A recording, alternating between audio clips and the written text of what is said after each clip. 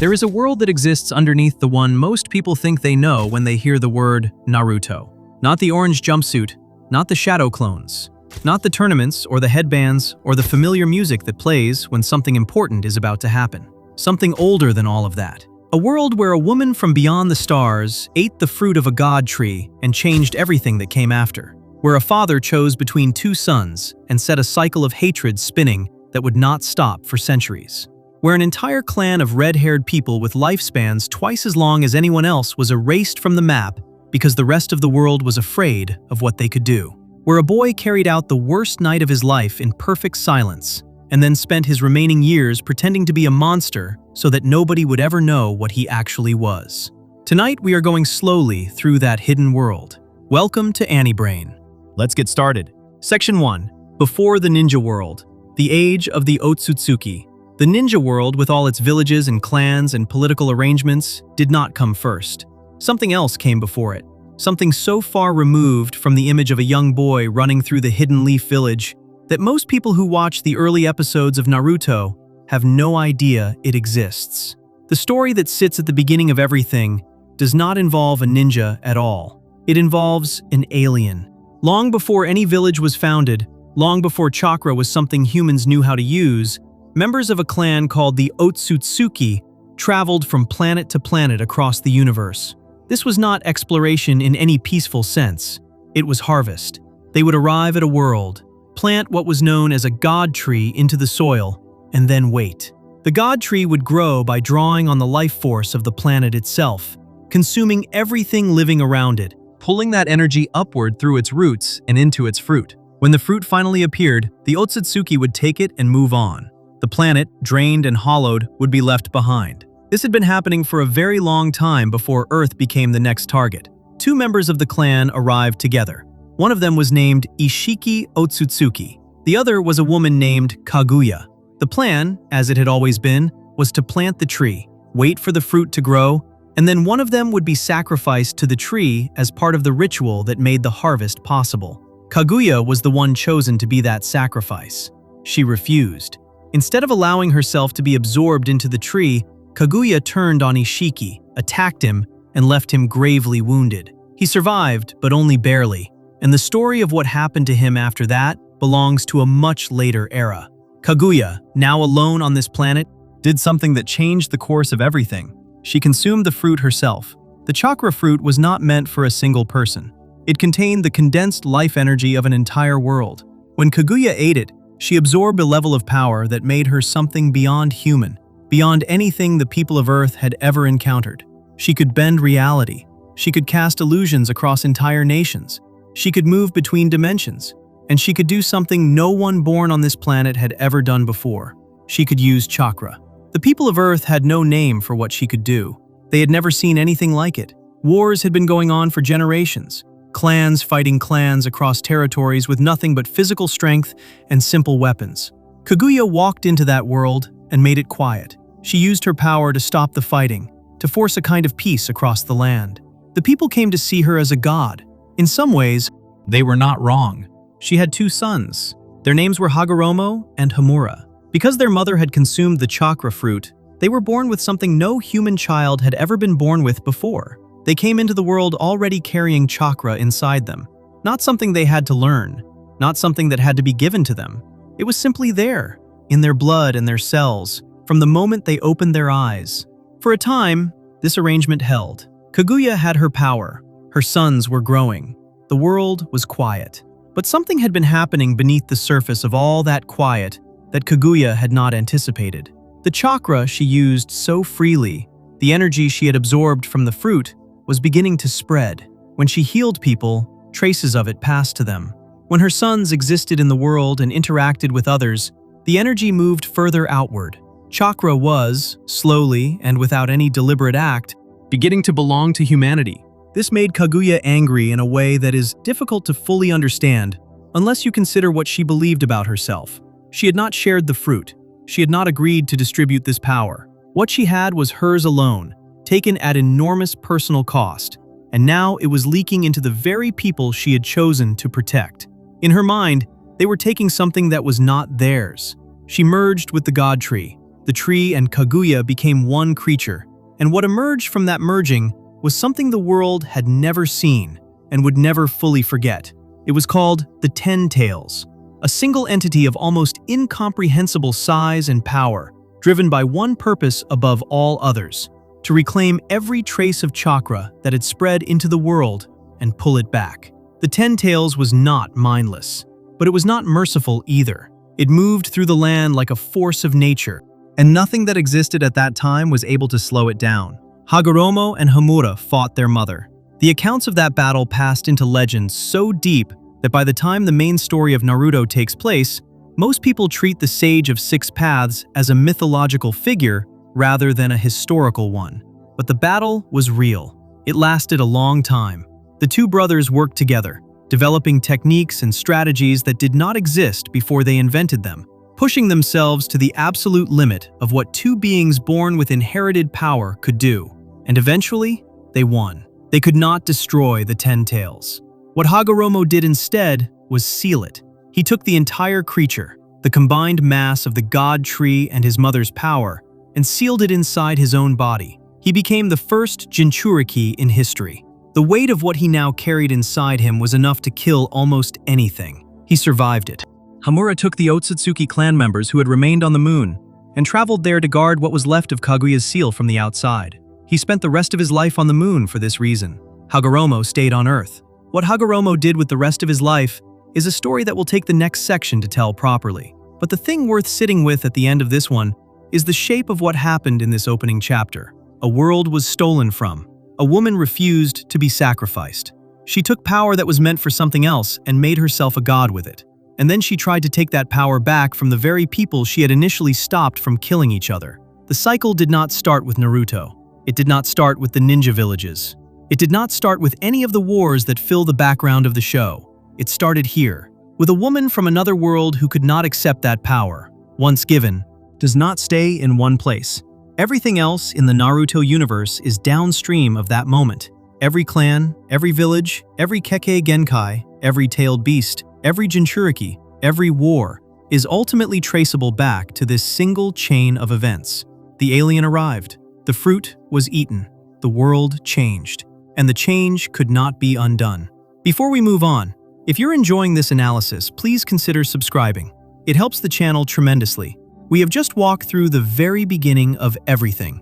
The moment before the ninja world existed, when power arrived on Earth in a form no one was ready for. What comes next is what happened after the dust settled, when Hagoromo was left standing with the weight of the Ten Tails inside him and a broken world around him, and had to decide what to do with both. Section 2. The Sage of Six Paths and the First Division. There is a moment that the Naruto story keeps returning to without always naming it directly.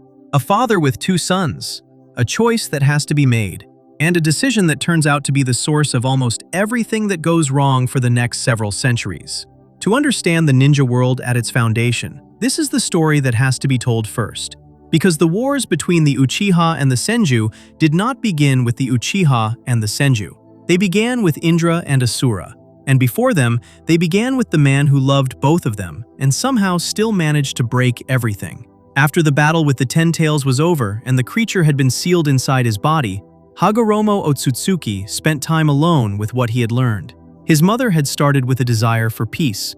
She had genuinely wanted to stop the wars she had witnessed when she first arrived on Earth. But the method she had chosen, taking all power for herself and using it to force others into silence, had turned something that began as protection into something closer to tyranny, and then into something monstrous. Hagoromo understood this clearly. He had just spent years fighting the result of it. He did not want to repeat the pattern. What he developed instead was something he called ninshu.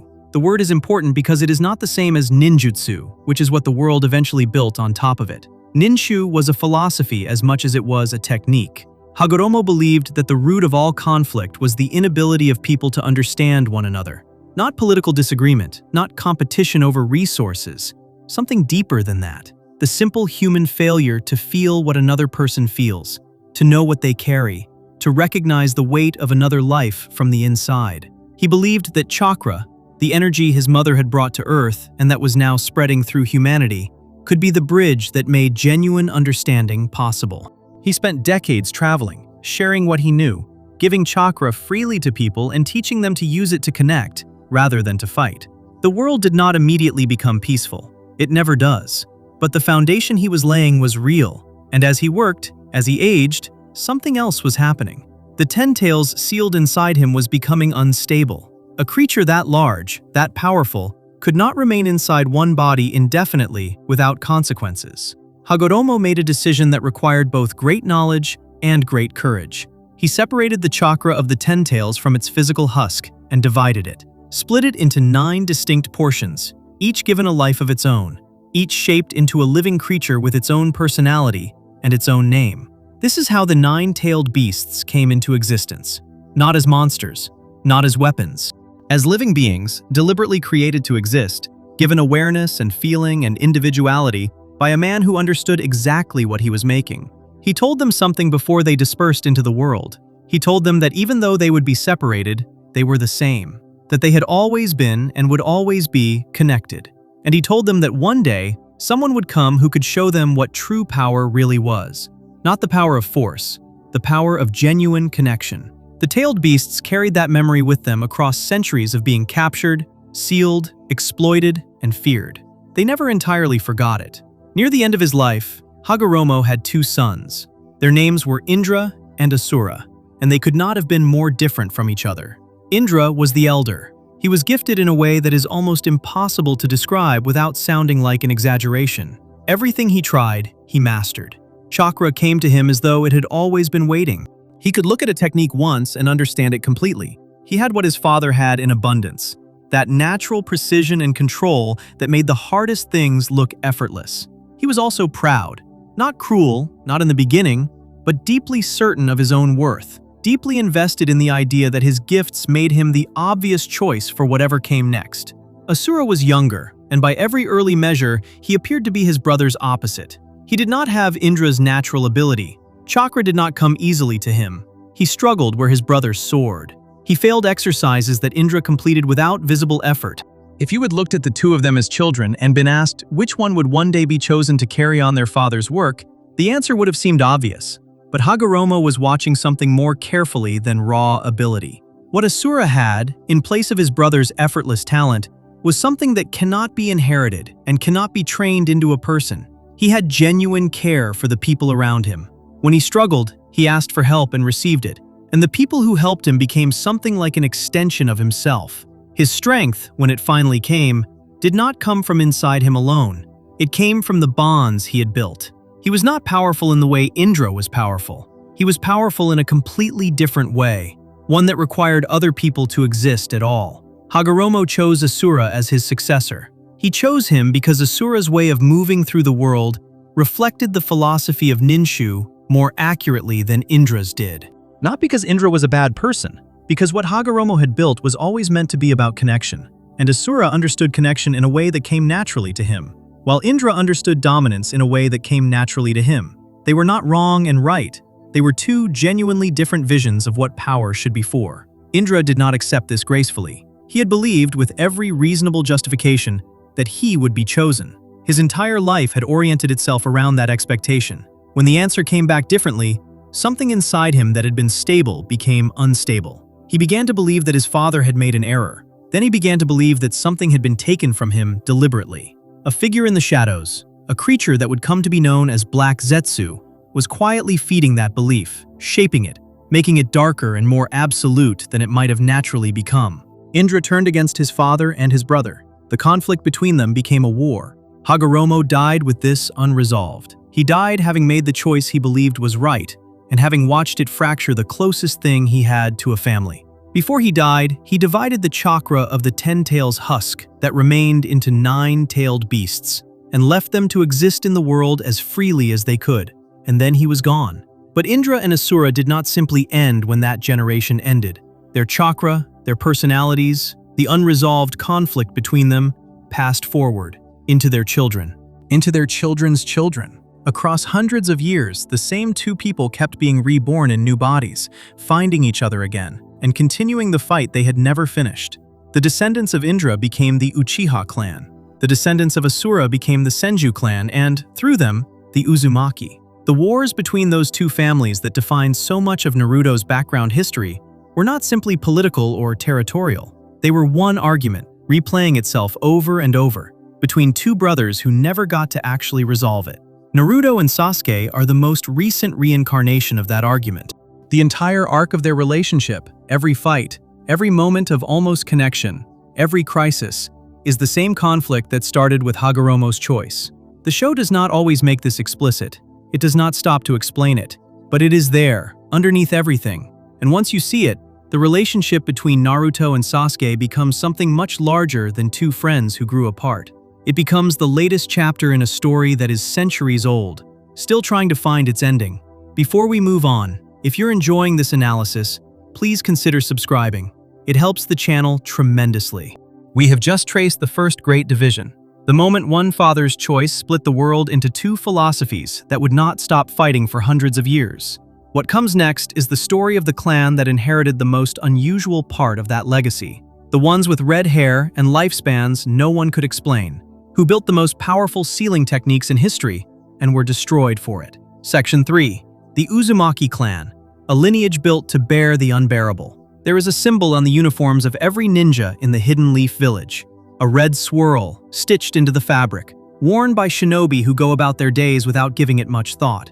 Most of them could not tell you what it originally meant. Most of them do not know that it is not a decoration, not a design choice, not something that was always associated with Konoha. It is a tribute, a quiet, permanent acknowledgement of a clan that no longer exists in any meaningful form. A people who were so feared by the rest of the world that multiple nations set aside their own conflicts and cooperated specifically to destroy them. The red swirl is the symbol of Uzushi Ogakure, the village hidden in the whirling tides.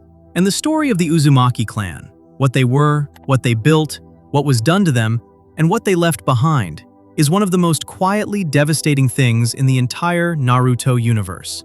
To understand the Uzumaki, it helps to go back to the lineage that produced them. The Uzumaki are descendants of Asura Otsutsuki, the same son of Hagoromo who was chosen as successor, and whose philosophy of connection and compassion defined what Ninshu was always meant to be.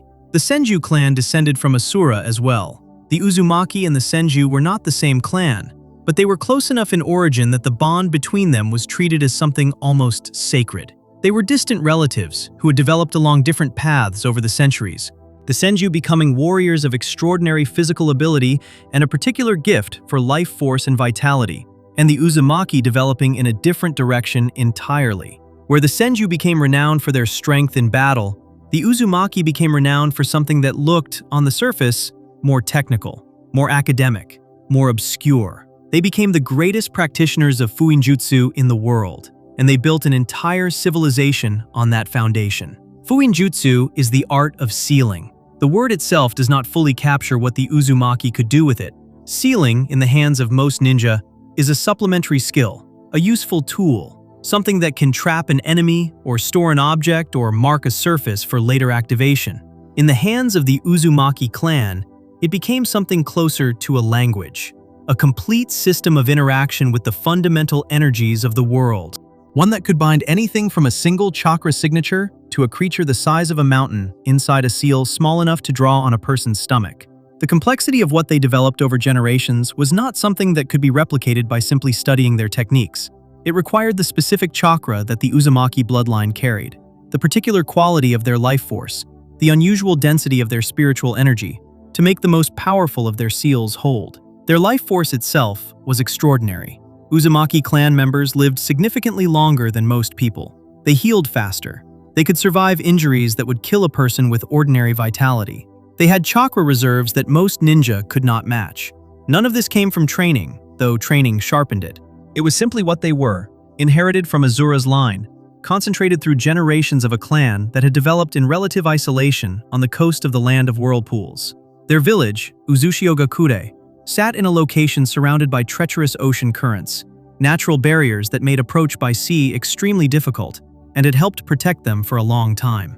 The village was not a military powerhouse in the conventional sense.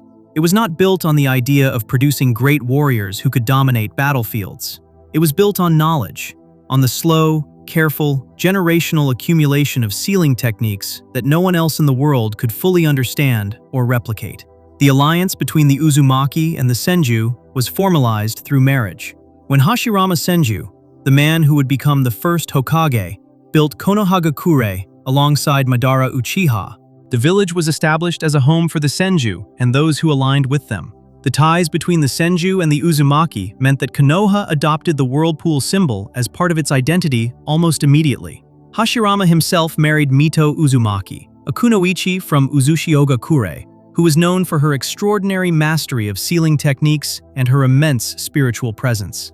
Mito was not a minor figure in early Konoha history. She was someone whose understanding of fuinjutsu made her arguably one of the most technically sophisticated ninja the village had ever seen, even in a time when the village was full of people who had survived the Warring States period. What Mito did next defined the Uzumaki clan's relationship with Konoha for every generation that followed. After Hashirama defeated Madara Uchiha at the Valley of the End, the battle left something behind. The nine-tailed fox, Kurama, had been summoned during that fight and then left without a container, without a host, free and dangerous in the world. Someone had to seal it. The technique required for that kind of sealing was not something most people could perform. And even if they could perform the technique, surviving the process of becoming the Nine Tails Jinchuriki required a quality of life force that very few people possessed. Mito volunteered. She used the sealing knowledge of her clan to contain Kurama inside herself, becoming the first Jinchuriki of the Nine Tails in Konoha's history. She carried him for the rest of her long life, maintaining the seal, keeping the boundary between her own consciousness and the creature's enormous, furious chakra intact through sheer will and the particular strength that Uzumaki blood provided. Before she died, she passed what she knew to the woman who would become the next Jinchuriki. Her name was Kushina Uzumaki, and she had been brought to Konoha from Uzushi-Ogakure specifically for this purpose. She was a child when she arrived, frightened and far from home, suddenly carrying the knowledge that her life was going to be organized around containing the most powerful tailed beast in the world. Mito comforted her. She told Kushina something that would stay with her for the rest of her life, that the only thing capable of holding back the hatred that Kurama carried inside him was love, not force, not an airtight seal, though the seal mattered. Love. Fill yourself with it, Mito told her, and the darkness has less room to grow. Kushina took that with her into adulthood. She grew into a fierce, red-haired kunoichi who was known in the village for her personality as much as her ability. She fell in love with Minato Namikaze, who would become the fourth Hokage, and their relationship became one of the great quiet stories of Konoha's history. A love story that ended on the worst night of the village's recent memory, when Kurama was extracted from Kushina during childbirth, turned loose on the village by Obito Uchiha, and sealed into their newborn son, Naruto, at the cost of both of their lives. The chain of Uzumaki women who carried Kurama, from Mito to Kushina to Naruto, is the most visible thread of what the Uzumaki contributed to Konoha, but it is not the whole picture. The whole picture includes Uzushi-Ogakure, the village itself, and what happened to it. The Uzumaki were known across the shinobi world for the same reason they were valued.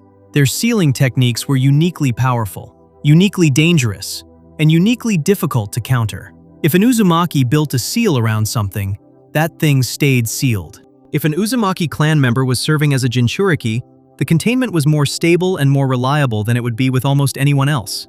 These were not small advantages in a world organized around military power. Nations were very aware of what the Uzumaki could do, and that awareness produced two responses simultaneously. Some nations sought alliances with Uzushi-Ogakure and valued the relationship. Others looked at the same capabilities and reached a different conclusion. The Uzumaki were too dangerous to leave alone. Their sealing arts, in the wrong circumstances or in the wrong hands, or simply continuing to develop across another generation or two, represented a threat that was easier to eliminate than to manage. Multiple nations coordinated against Uzushi-Ogakure.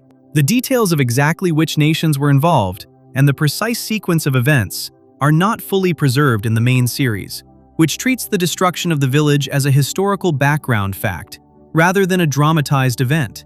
What is known is the outcome. The village was attacked, overwhelmed, and destroyed. The clan was scattered. Most Uzumaki were killed. The survivors fled in different directions, some finding their way to other villages, some disappearing entirely into the wider world. The civilization they had built, the accumulated sealing knowledge of generations, the temples, the scrolls, the cultural memory, was largely lost. What remained was fragments, techniques that had been passed on to individuals, a few survivors who carried pieces of what their clan had known. Konoha responded by placing the Uchiha Gakure symbol on its uniforms permanently. It was a gesture of mourning and of respect, an acknowledgement that the village owed something to the people who were now gone. The gesture was meaningful. It was also insufficient, in the way that most gestures made after a catastrophe are insufficient. The Uzumaki were gone. Their village was gone. The swirl on the uniform remained. What also remained was the knowledge itself, scattered and incomplete but not entirely erased. The 8 trigram sealing style that Minato used to seal Kurama into Naruto on the night of his birth was built on Uzumaki foundations. The adamantine sealing chains, a technique that could physically restrain a tailed beast, was a specifically Uzumaki ability that both Mito and Kushina could use, and that Naruto himself demonstrated a version of.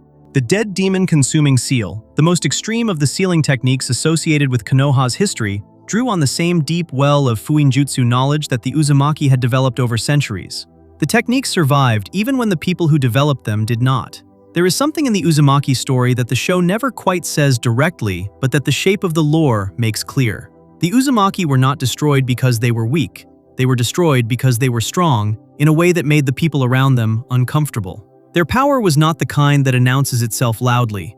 It was patient, technical, generational. It required deep understanding to even recognize what they were capable of.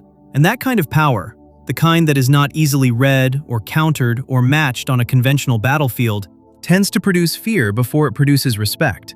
The nations that coordinated against Uchiha Gakure were not fighting an enemy who had attacked them.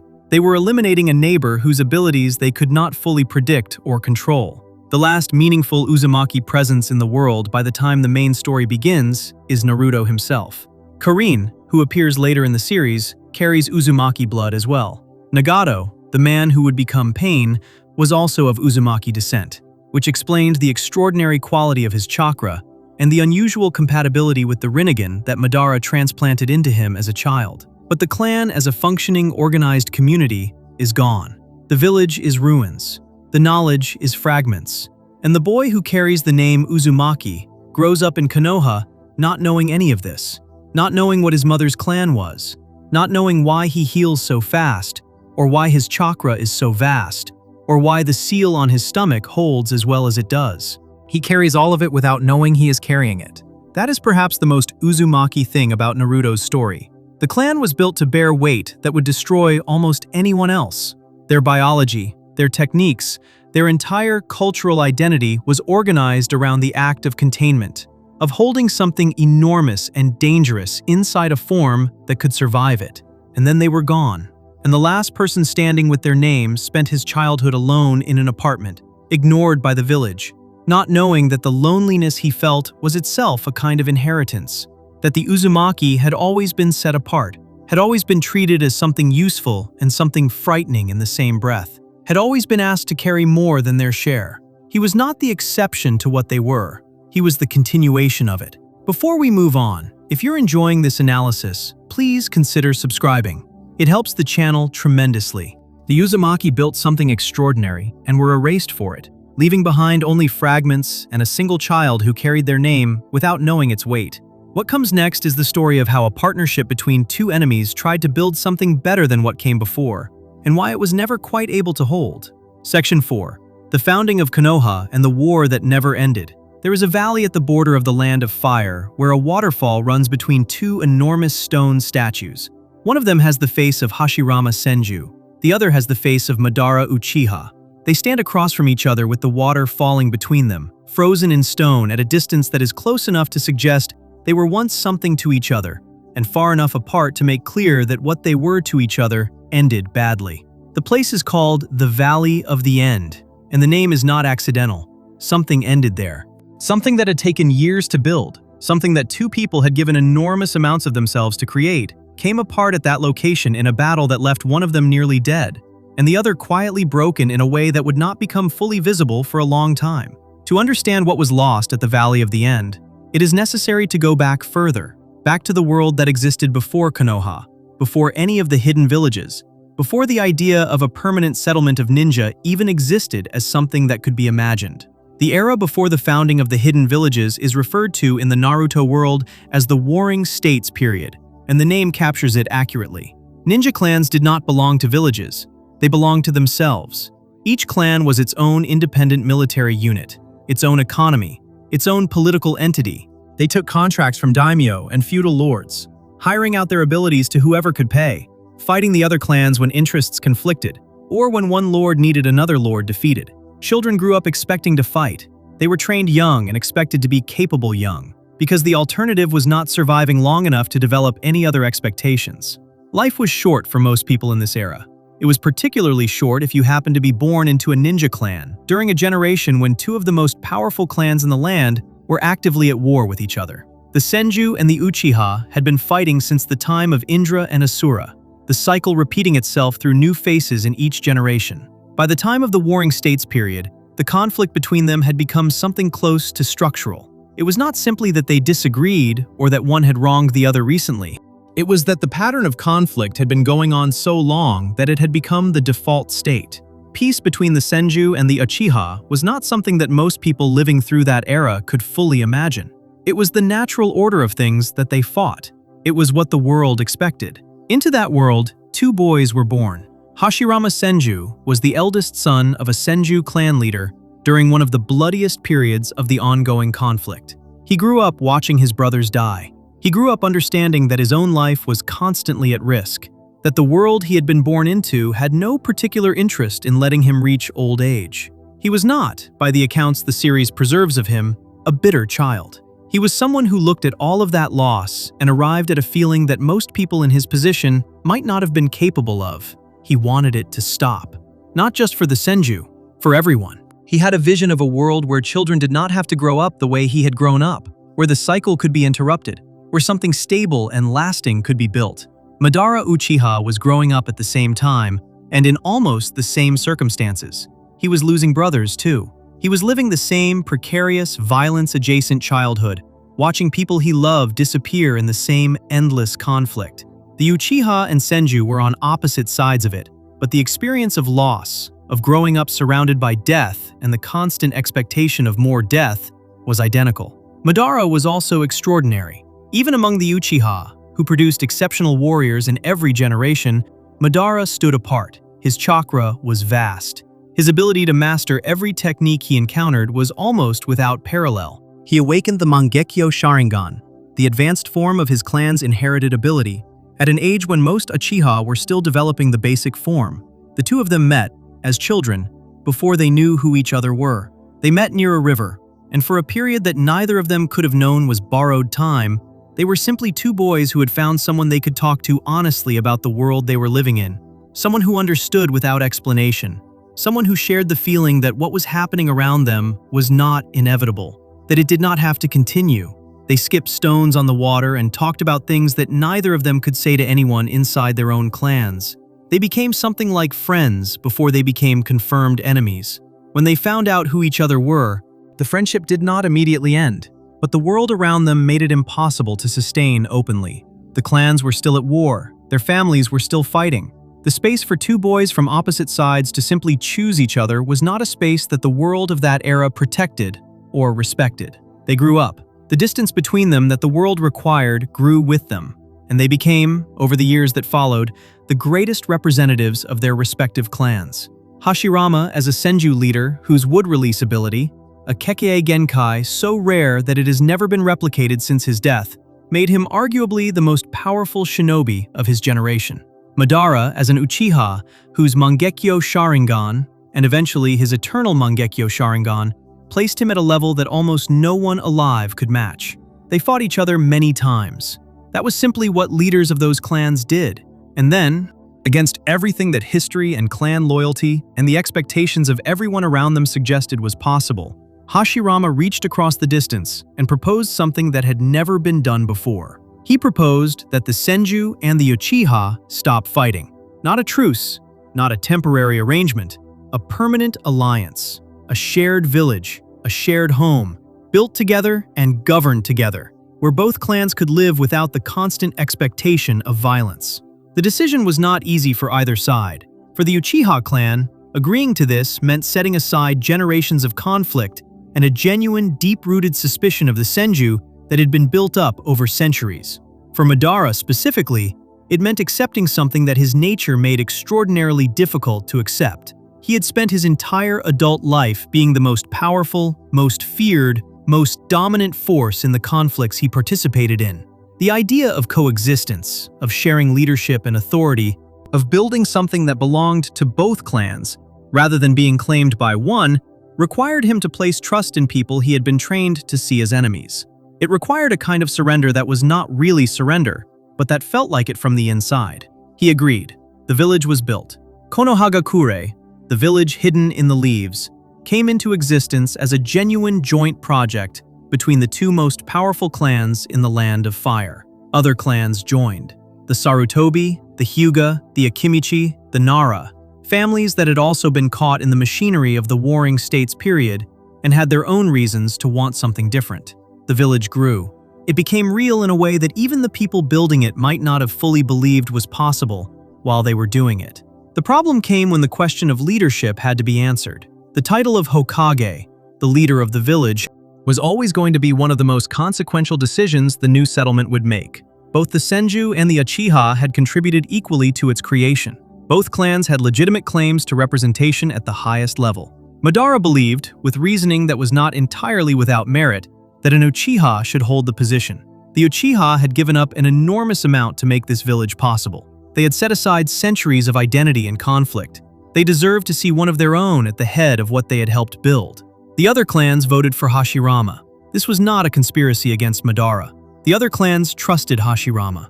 They knew him. His personality, his warmth, his genuine commitment to the ideals the village was supposed to represent made him the obvious choice to most of the people who were making the decision. From the outside, it was a reasonable outcome arrived at through a reasonable process.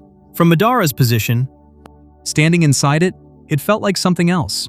It felt like confirmation of a suspicion he had been trying to suppress since the village was proposed, that no matter what the Uchiha contributed, no matter what they gave up or agreed to, the Senju would always be trusted more. That the alliance was not equal in the way it had been presented as equal. That the Uchiha, in agreeing to this arrangement, had in some meaningful way agreed to a permanent secondary status that no one had said out loud, but that the vote had made visible. Black Zetsu was present throughout all of this, moving in the background, as it always did, finding the cracks in relationships and feeding them quietly, whispering things into the spaces where doubt already lived. Madara's resentment did not need to be invented. It was real and it had legitimate roots, but Black Zetsu shaped it, made it more absolute, made the possibility of working through it from inside the village feel less real than it actually was.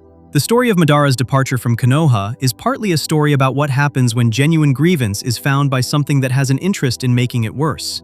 Madara went to Hashirama. He told him that the village was already moving in a direction that would harm the Uchiha, that the treatment of his clan, the subtle but consistent ways in which Senju leadership was reproducing Senju dominance inside a structure that was supposed to be shared, would eventually make the Uchiha's position untenable. He asked Hashirama to do something about it. Hashirama, who genuinely loved Madara and genuinely believed in what they had built together, tried to find a way to address what Madara was describing. But the gap between them on what the solution should look like was too wide to close quickly. And what Madara needed was not a slow, institutional response. He needed something immediate enough to feel real. He left the village. What followed at the Valley of the End was one of the most significant battles in Konoha's history, though it is significant in a way that the village does not fully advertise. Hashirama and Madara fought each other with everything they had. Hashirama, using his wood release and his extraordinary reserves, ultimately won. Madara was defeated. By every official account, he died there. He did not die there. Madara had anticipated the outcome. He had prepared for it. Using the Izanagi, a technique that allows an Uchiha to blur the line between reality and illusion at the cost of the eye it is cast with, Madara faked his own death in the moment of defeat. He let Hashirama believe the battle was over, that the conflict had been resolved, that the friend he had fought and beaten had finally found peace. And then he slipped away into the world, wounded and believed dead, free to pursue something that the village would never have permitted him to pursue if he had remained inside it. What he pursued over the following decades is one of the darkest threads in the entire Naruto universe, and it will take several more sections to fully unpack. But the thing worth sitting with right now is what the founding of Konoha actually was. Underneath the official history and the enormous stone statues and the stories that the village told itself about its own origins, it was a genuine attempt. Hashirama meant every part of it. The dream of a place where clans could coexist, where children would not have to grow up the way he and Madara had grown up, where something lasting could be built out of the rubble of endless conflict, was real. He believed in it completely and spent his life trying to make it true. The founding of Konoha is not a lie. It produced something real. The village existed. It grew. It became the most powerful hidden village in the world, and the home of every character the series asks you to care about. But it was built on a fault line that nobody fully addressed. The Uchiha had joined, but the terms of their joining had never been made completely equal in practice. The suspicion that had existed between the clans during the Warring States period did not disappear because the clans moved into the same village. It relocated. It became internal. It became the background hum of an institution that said it valued both clans equally, while consistently, in small and large ways, trusting one more than the other. That fault line would not produce its most visible rupture for another several generations, but it was there from the beginning, and the people who would eventually fall into it were not creating the problem. They were inheriting it. Hashirama became the first Hokage. He distributed the tailed beasts he had captured across the other hidden villages that were forming during this period. An attempt to balance power and prevent any single village from having a monopoly on the military advantage the Biju represented. It was a reasonable policy with good intentions behind it. It also meant that living beings with names and personalities and their own inner lives were being handed over as political instruments, which is a tension the series returns to many times. The gap between the intention and the reality of what was being done was significant, even if nobody at the time had the full framework to see it clearly. He died in battle. The series does not reveal who killed him, and this absence is itself a quiet mystery. The most powerful shinobi of his generation, a man whose abilities were so extraordinary that they were never replicated in anyone born after him, died in combat against an opponent who remains unnamed. What he left behind was the village, the title that would pass through 4 more Hokage before Naruto himself eventually held it, and a set of ideals that the village spent the next century alternately living up to and betraying in ways large and small. Madara left behind something else entirely. He left behind a plan that he had been developing in secret since the moment he walked away from Konoha. A plan that involved the infinite Tsukuyomi, the technique his grandmother Kaguya had once used to enslave the world, and a vision of peace so extreme and so total that it required removing human choice entirely in order to achieve it. He would spend decades setting pieces in place. He would find collaborators. He would manipulate events from so far behind the visible surface of things that most of the people carrying out his plans had no idea he was the one who had set them in motion. The village he helped build would spend generations fighting the consequences of what he became after he left it. That is the thing about the founding of Konoha that the stone statues at the Valley of the End do not quite capture. 2 people built something together. One of them stayed and tried to make it work. One of them left and spent the rest of his extraordinarily long life trying to tear it down. And the tragedy is not simply that they ended up on opposite sides. The tragedy is that the thing which drove them apart was never really resolved. The Uchiha's place in the village remained uncertain. The trust between the clans remained incomplete. The fault line that opened when the vote for Hokage went the way it went just kept running, deeper and deeper into the foundation of everything that was built on top of it. The next several generations of Konoha's history are the story of that fault line, widening slowly, until it produced the single worst night in the village's recent memory, and a 13-year-old boy standing alone in the street with blood on his hands, and a lie he had agreed to carry for the rest of his life. Before we move on, if you're enjoying this analysis, please consider subscribing. It helps the channel tremendously. Konoha was built on a dream that was real, and a fault line that was also real, and the distance between them is where the next part of this story lives, in the slow poisoning of a clan that was never fully trusted, and the young man who was asked to make sure no one ever found out why. Section 5. The Uchiha Beneath the Leaf. Mistrust, Isolation, and the Road to the Massacre. There is a neighborhood in Konoha that sits slightly apart from the rest of the village. Not dramatically apart, not so far removed that it announces itself as a place of exile or punishment, just far enough that anyone paying attention would notice the distance. The Uchiha clan compound occupied that space, a collection of buildings and streets that functioned as a world within the world of Konoha, a place where one of the most powerful clans in the village's history lived in a quiet, creeping isolation that most of the village chose not to examine too closely. The compound was not a prison. Nobody called it that. But the process by which the Uchiha came to be concentrated in that one corner of the village, watched and monitored, and held at arm's length from the broader life of the community they had helped to found, is one of the most important and most uncomfortable stories in the entire history of the Hidden Leaf. It did not happen all at once. That is one of the things that makes it difficult to point to a single moment and say, "Here, this is where it went wrong." What happened to the Uchiha inside Konoha was not a sudden act of cruelty. It was a slow accumulation of small decisions, small suspicions, small institutional choices, each of which seemed defensible in isolation, and collectively produced something that nobody officially acknowledged as what it was. It was the managed decline of a clan's standing within a village that still used their name and their history and their legacy to build its own identity, while quietly ensuring that the actual Uchiha people had less and less access to the trust and authority that the village's most valued members were expected to possess.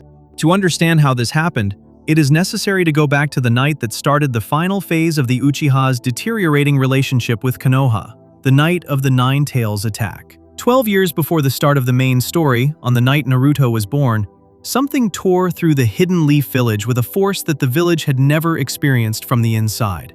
The nine-tailed fox, Kurama, was released from Kushina Uzumaki during the vulnerable window of her labor, extracted by a masked figure who used chains to restrain her and a powerful genjutsu to pull the beast free from its seal. The masked figure was Obito Uchiha, though almost nobody knew this at the time. What the village knew in the aftermath was that their home had been devastated, that the fourth Hokage and his wife had died sealing the fox into their newborn son, and that the attack had been carried out by someone using the Sharingan. The Sharingan, the inherited ocular ability of the Uchiha clan, was known to be one of the few tools capable of exerting control over a tailed beast. The evidence pointed in one direction. The Uchiha, as a clan, had nothing to do with the attack.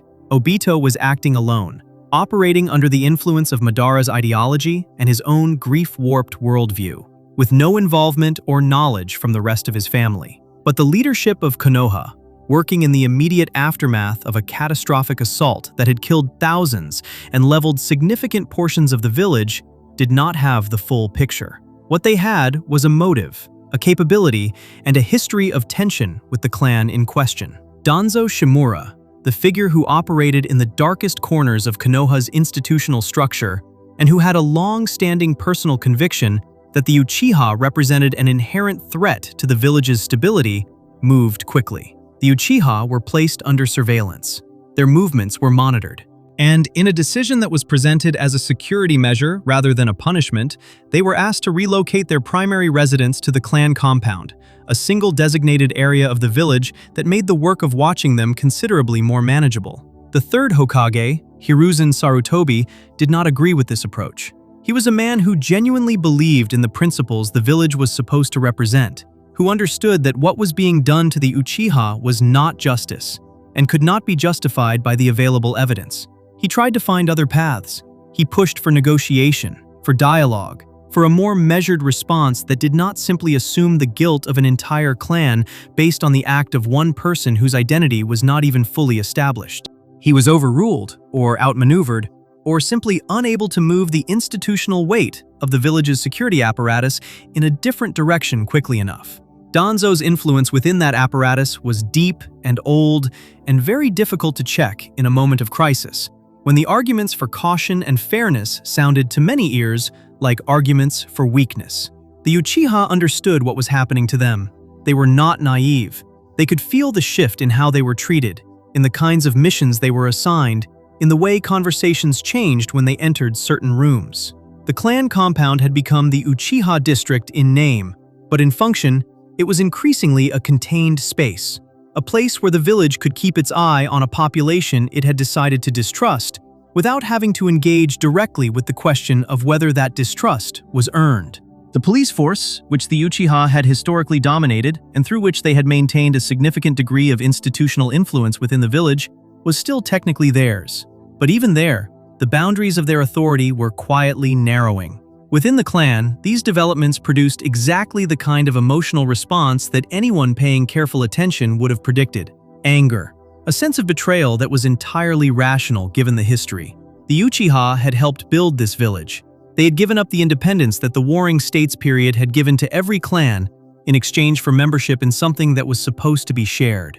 And what they had received in return, over the years since the founding, was a series of signals, subtle at first and increasingly less so, that their membership was conditional in a way that other clans' membership was not, that they were partners in the village's history, but suspects in its present.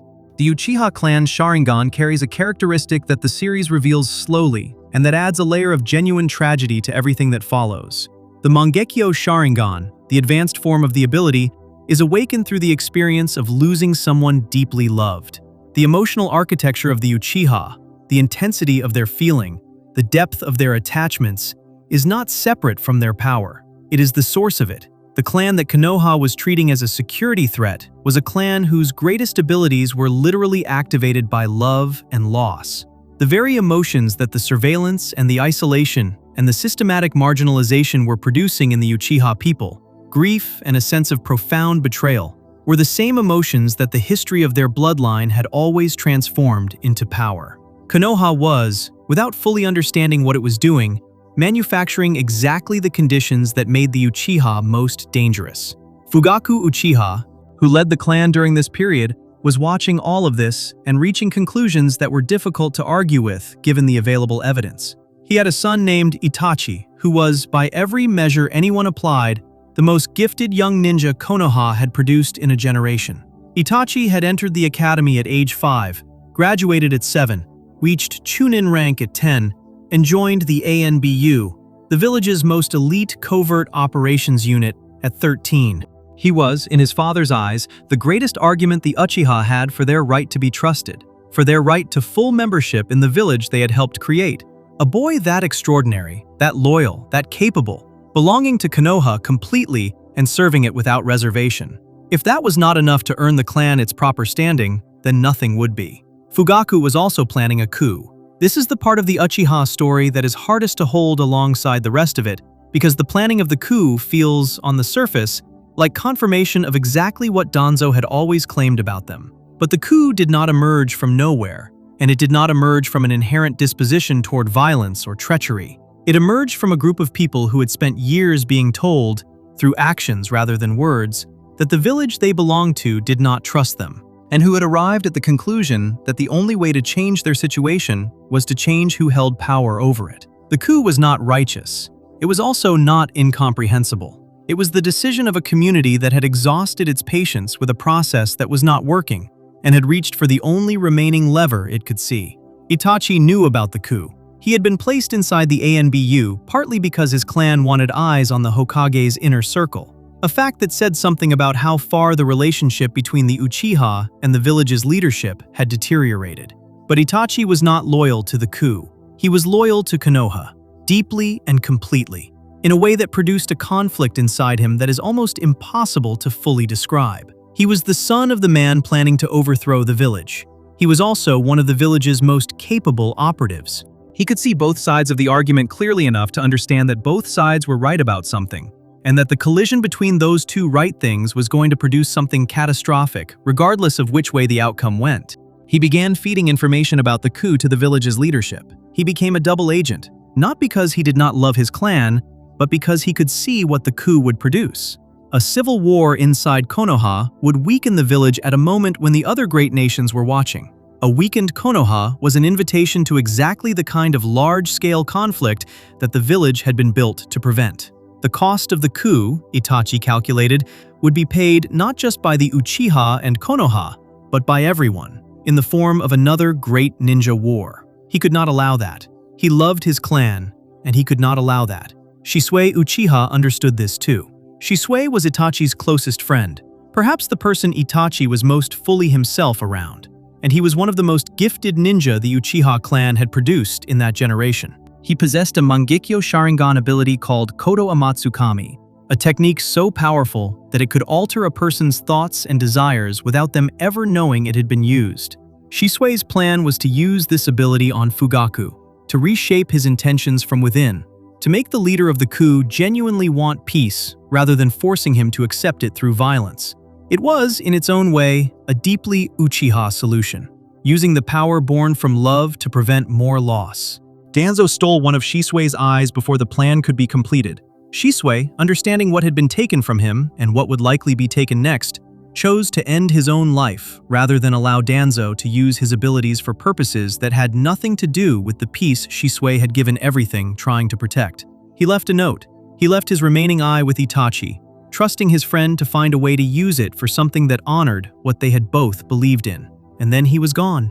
And Itachi was standing at the edge of an impossible situation with one less ally and one less option, and the timeline suddenly much shorter than it had been.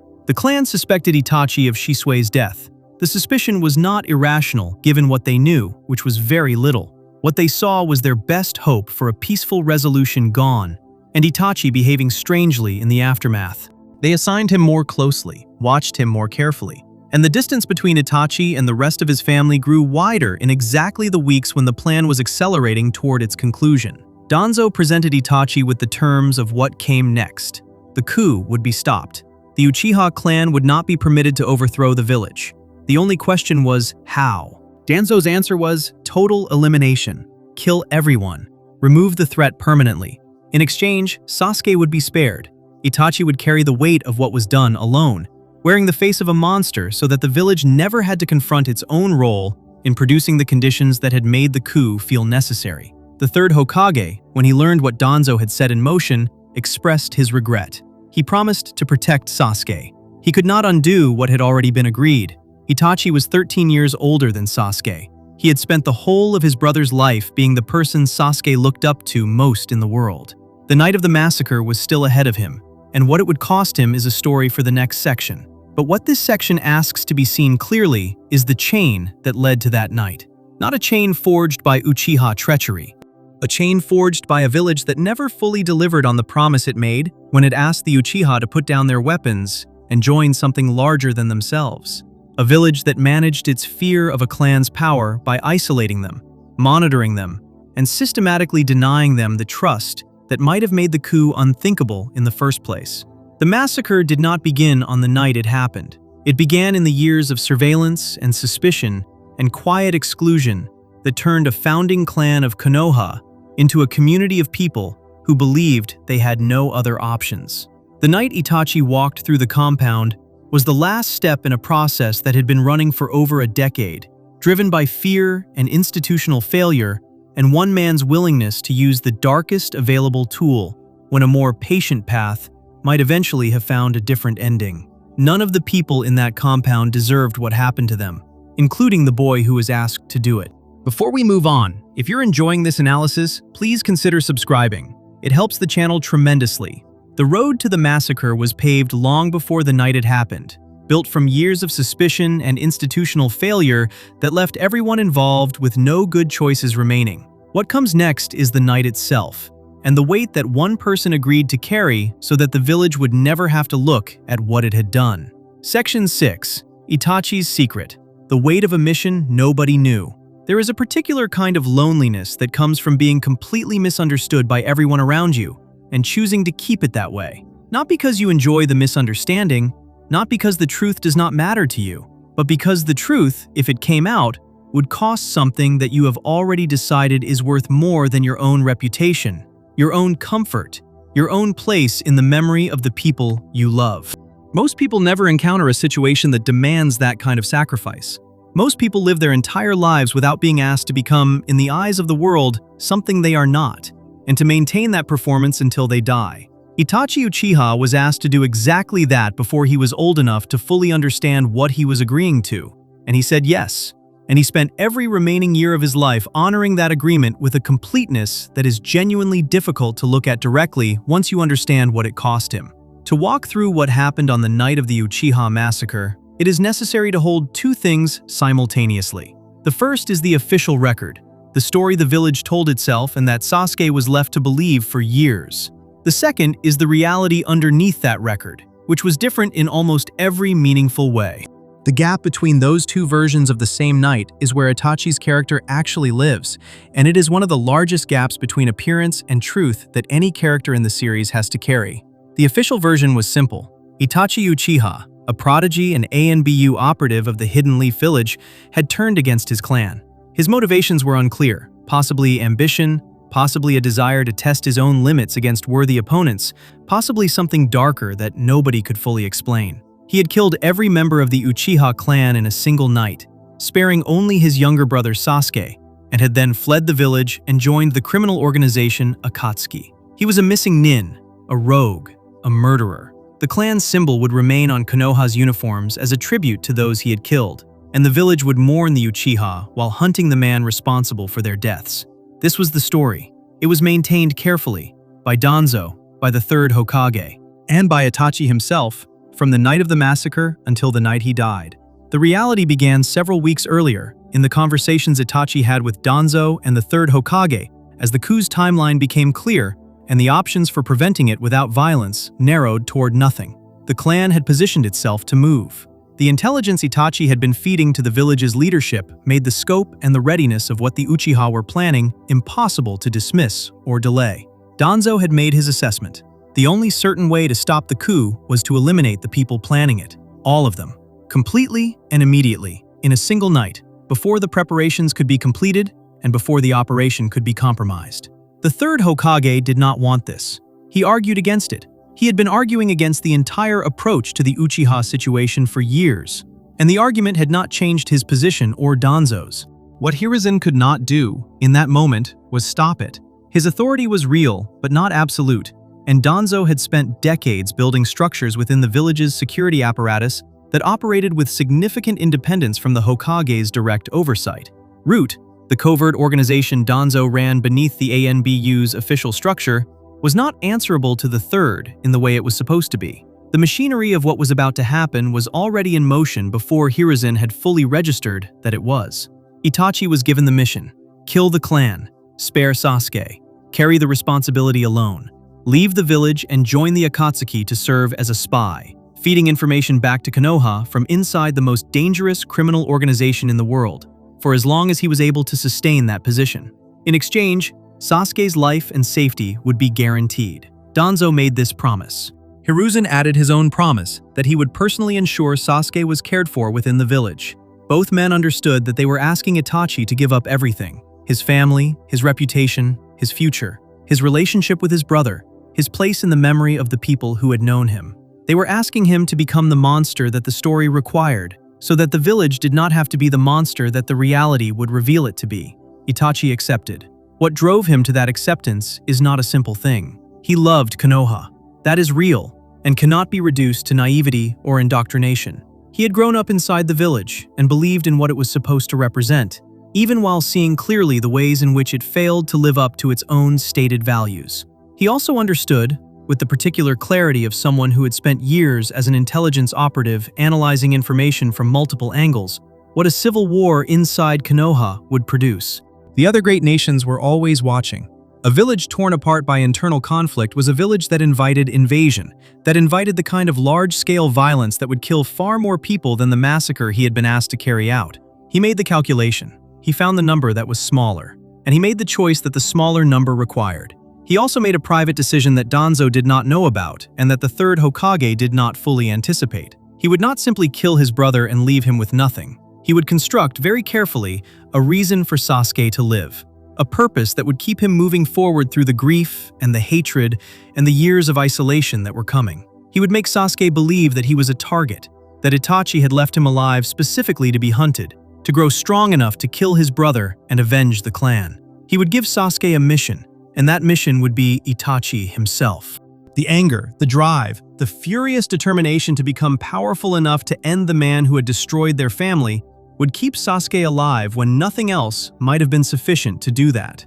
This plan contained a cruelty that Itachi knew he was choosing. He was condemning his brother to years of hatred directed at a person who did not deserve it, who was in fact doing the opposite of what Sasuke would spend those years believing. He was taking away the possibility of Sasuke ever grieving cleanly, ever processing the loss in a way that might have eventually led somewhere healthier. He was choosing Sasuke's survival over Sasuke's peace, and he made that choice knowing exactly what he was doing. Whether that was the right choice is a question the series does not fully resolve, and it should not be resolved too quickly here either. There is a genuine argument that Itachi imposed something on Sasuke that Sasuke had no ability to consent to, and that the consequences of that imposition shaped Sasuke's life in ways that caused enormous additional suffering for many people. There is also the simpler fact that Sasuke survived, and that the hatred did keep him moving, and that by the end of the series, he is alive and something approaching whole. Both of these things are true simultaneously. The night itself began with Obito Uchiha. This is the detail that the early telling of the massacre obscures entirely, and that the later revelation complicates in ways that some people felt diminished Itachi's legend, and others felt made the story more honest. Itachi did not carry out the massacre alone. He had help, and the help came from the masked figure he had encountered in the village in the days before the operation.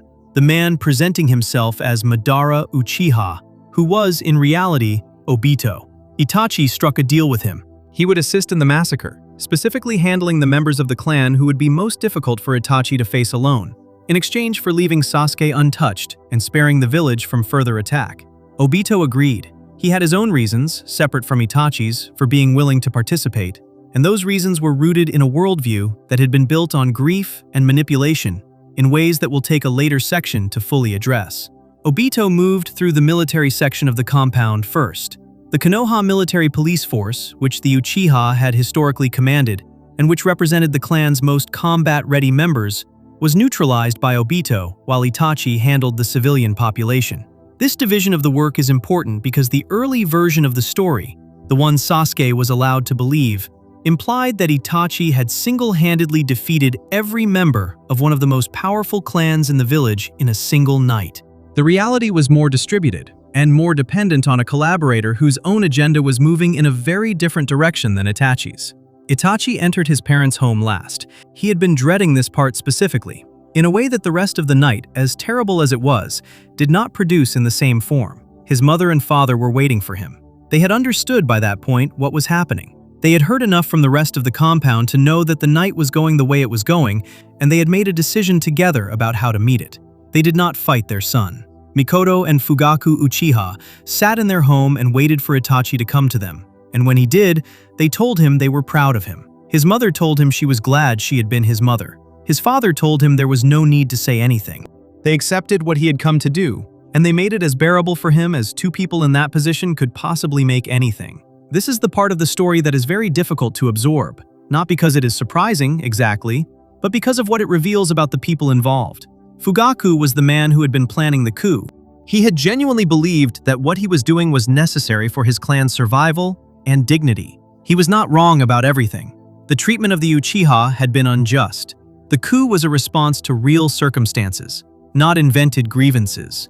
And yet, in the final moment, when his son came through the door carrying the weight of what he had agreed to do, Fugaku did not try to stop him. He met his son with dignity and let him go. There is something in that choice that resists simple categorization, something that the series leaves in the air rather than explaining. Itachi used the Tsukuyomi on Sasuke when he found him. He forced his younger brother to experience the massacre in a compressed genjutsu, showing him images of what had happened, while Sasuke stood in the street outside the compound. This was deliberate. It was the planting of the wound that would become the obsession, that would become the purpose, that would keep Sasuke alive. Itachi told him that he was not worth killing, that he was too weak to be worth his attention, that if Sasuke ever wanted revenge, he should hate him, pursue him, gain power sufficient to end him, and come find him. He said these things to his 8-year-old brother with a flatness of effect that was itself a performance, a carefully constructed face worn over something that was the opposite of flat. Then he walked away. The years that followed existed in two registers simultaneously. In the visible register, Itachi Uchiha was a missing nin of extraordinary ability, a member of Akatsuki who worked with a partner named Kisame Hoshigaki, and who carried out missions for the organization while remaining one of the most wanted criminals in the shinobi world. He was not particularly talkative. He did not explain himself. He performed his role with the same completeness that he had brought to every other role he had ever occupied. In the invisible register, he was doing something else entirely. he was dying. The illness that had been developing in his body for years, a consequence of overusing his Mangekyo Sharingan at the level his missions required, was advancing steadily. He could manage it with medication, slow the progression enough to remain functional, but he could not reverse it. He knew, with some precision, how long he had. He organized his remaining time around two tasks that existed in tension with each other: monitoring the Akatsuki and passing what he learned back to Konoha through channels that required enormous care to maintain without being detected, and watching Sasuke from a distance, tracking his development, making adjustments where he could to protect his brother from threats that Sasuke did not know were there. The crow he gave to Naruto Uzumaki during an encounter in the first part of the series was part of this. Implanted with Shusui's Kotoa Matsukami, programmed to activate in the presence of Itachi's own Mangekyo Sharingan, it was a contingency plan. If Sasuke gained the eternal Mangekyo Sharingan through taking Itachi's eyes after killing him, and if that power led him toward attacking Konoha rather than protecting it, the crow would trigger the Genjutsu and reorient him.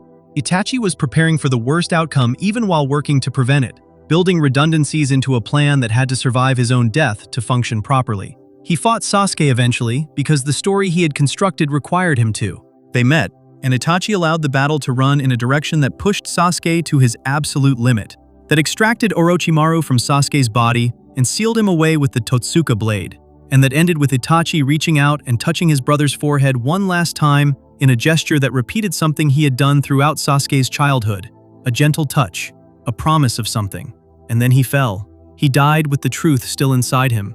The decision to die without telling Sasuke was its own final act of protection, as Itachi understood it. He believed that if Sasuke knew the truth, it would change nothing practical, while potentially destroying the thing that had kept Sasuke moving. He believed, to the end, that the hatred was necessary, that the mission he had given his brother was the right tool for the job of keeping him alive, even now that the mission was technically complete. He was wrong about this in at least one important way.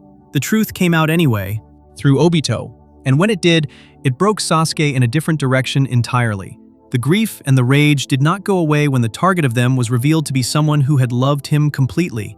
They redirected, toward Konoha, toward the system that had used his brother and discarded him, toward everyone who had known the truth and maintained the lie. The careful architecture Itachi had built to protect his brother produced, in the end, a version of Sasuke who was perhaps more dangerous and more lost than the simple revenge-seeking version might have been. But Itachi had made his choices with the information available to him, with the love he had available to him, with the time he had available to him. He had made the best calculations a person in an impossible position could make, and he had carried every consequence of those calculations alone, with a completeness and a consistency that remains, across the entire Naruto universe, one of the most remarkable portraits of what loyalty costs when it is taken seriously all the way to its end. The village he protected never officially acknowledged what he had done. His name was cleared eventually, quietly, after the war, in conversations that most people were not part of. The stone tablet in the Uchiha compound still says what Danzo needed it to say. The history that most people in the shinobi world know still has him as the man who destroyed his clan without adequate reason. Somewhere in that compound, on the ground where his parents chose to sit and wait for him, the truth of what he actually was lies buried under a story that the village found more useful than the one that actually happened. Before we move on, if you're enjoying this analysis, please consider subscribing. It helps the channel tremendously. Itachi carried the weight of an impossible mission to his last breath, and the truth he buried outlasted him in ways he did not fully anticipate. What comes next is a different kind of burden entirely. The story of 9 ancient beings who were treated as weapons for centuries, and the long line of people who were sealed around them and then forgotten. Section 7. The Tailed Beasts. Ancient Lives Mistaken for Weapons. There is a conversation that happens near the end of Naruto Shippuden that most people who watch it remember as emotionally significant, without always being able to say precisely why. Naruto is inside his own consciousness, in that strange internal space where he has always gone to communicate with the Nine Tails, and the creature that has lived inside him since the night of his birth is talking to him differently than it ever has before. Not with rage, not with the contemptuous, barely contained fury that defined every earlier interaction between them, with something that takes a moment to identify because it is so unexpected coming from this particular source. The Nine Tails, Kurama, is talking to Naruto the way someone talks when they have been alone for a very long time and have finally found a person worth being honest with. The conversation is not dramatic in the conventional sense. Nobody is fighting. No techniques are being exchanged. Two beings who have spent years in the same body as adversaries are, for the first time, simply present with each other. And the weight of that moment comes from understanding what it took to get there. Not just for Naruto and Kurama specifically, but for the entire history of what the tailed beasts are, what they were made from, what was done to them across centuries, and what it meant that any of them ever trusted anyone at all. To understand the tailed beasts properly requires going back to the moment of their creation, which has already been touched on in an earlier section, but which deserves to be examined more carefully now from the perspective of the beasts themselves. When Hagoromo Otsutsuki separated the chakra of the Ten Tails from its physical husk and divided it into 9 portions, he was not simply redistributing dangerous energy in a more manageable form. He was creating lives. Each of the 9 creatures that emerged from that division was given something that the Ten Tails in its merged, monstrous form had not possessed in any meaningful sense. Individuality, a distinct personality, a name. Hagoromo gave each of them a name personally, and the giving of a name to something is never a neutral act. It is a recognition. It is an acknowledgement that the thing being named has an identity worth distinguishing from everything else. Shukaku, the one-tail, was a sandy-colored tanuki of enormous size, with a temperament that ran toward the aggressive and the erratic. Matatabi, the two-tails, was a creature of blue flame that took the form of a massive cat, swift and proud. Isobu, the three-tails, resembled a colossal turtle and was by nature more withdrawn, more cautious, carrying something in its manner that looked almost like shyness in a creature the size of a small island. Son Goku, the four-tails, had the shape of a great ape wreathed in red fur and lava, and possessed a dignity and a directness that made it one of the more forthcoming of the 9 when communication was attempted. Kokuo, the five-tails, was a dolphin-horse hybrid of extraordinary grace, quiet and considered in a way that contrasted with the more volatile members of the group. Seiken, the six-tails, took the form of a giant slug, luminescent and strange, its nature gentler than its appearance suggested. Chome, the seven-tails, resembled a massive beetle with 7 appendages, enthusiastic and bright in a way that was almost startling given the context. Gyuki, the eight-tails, was an enormous ox with 8 cephalopod tails, possessed of a measured wisdom and a frankness that made its partnership with its eventual Jinchuriki killer bee one of the most functional in the history of the practice. And Kurama, the nine-tails, the largest and most powerful of them all, a fox of 9 tails whose chakra reserves dwarfed every other tailed beast, and whose fury, by the time the main story begins, had been building for centuries into something that felt less like an emotion and more like a defining characteristic of its existence.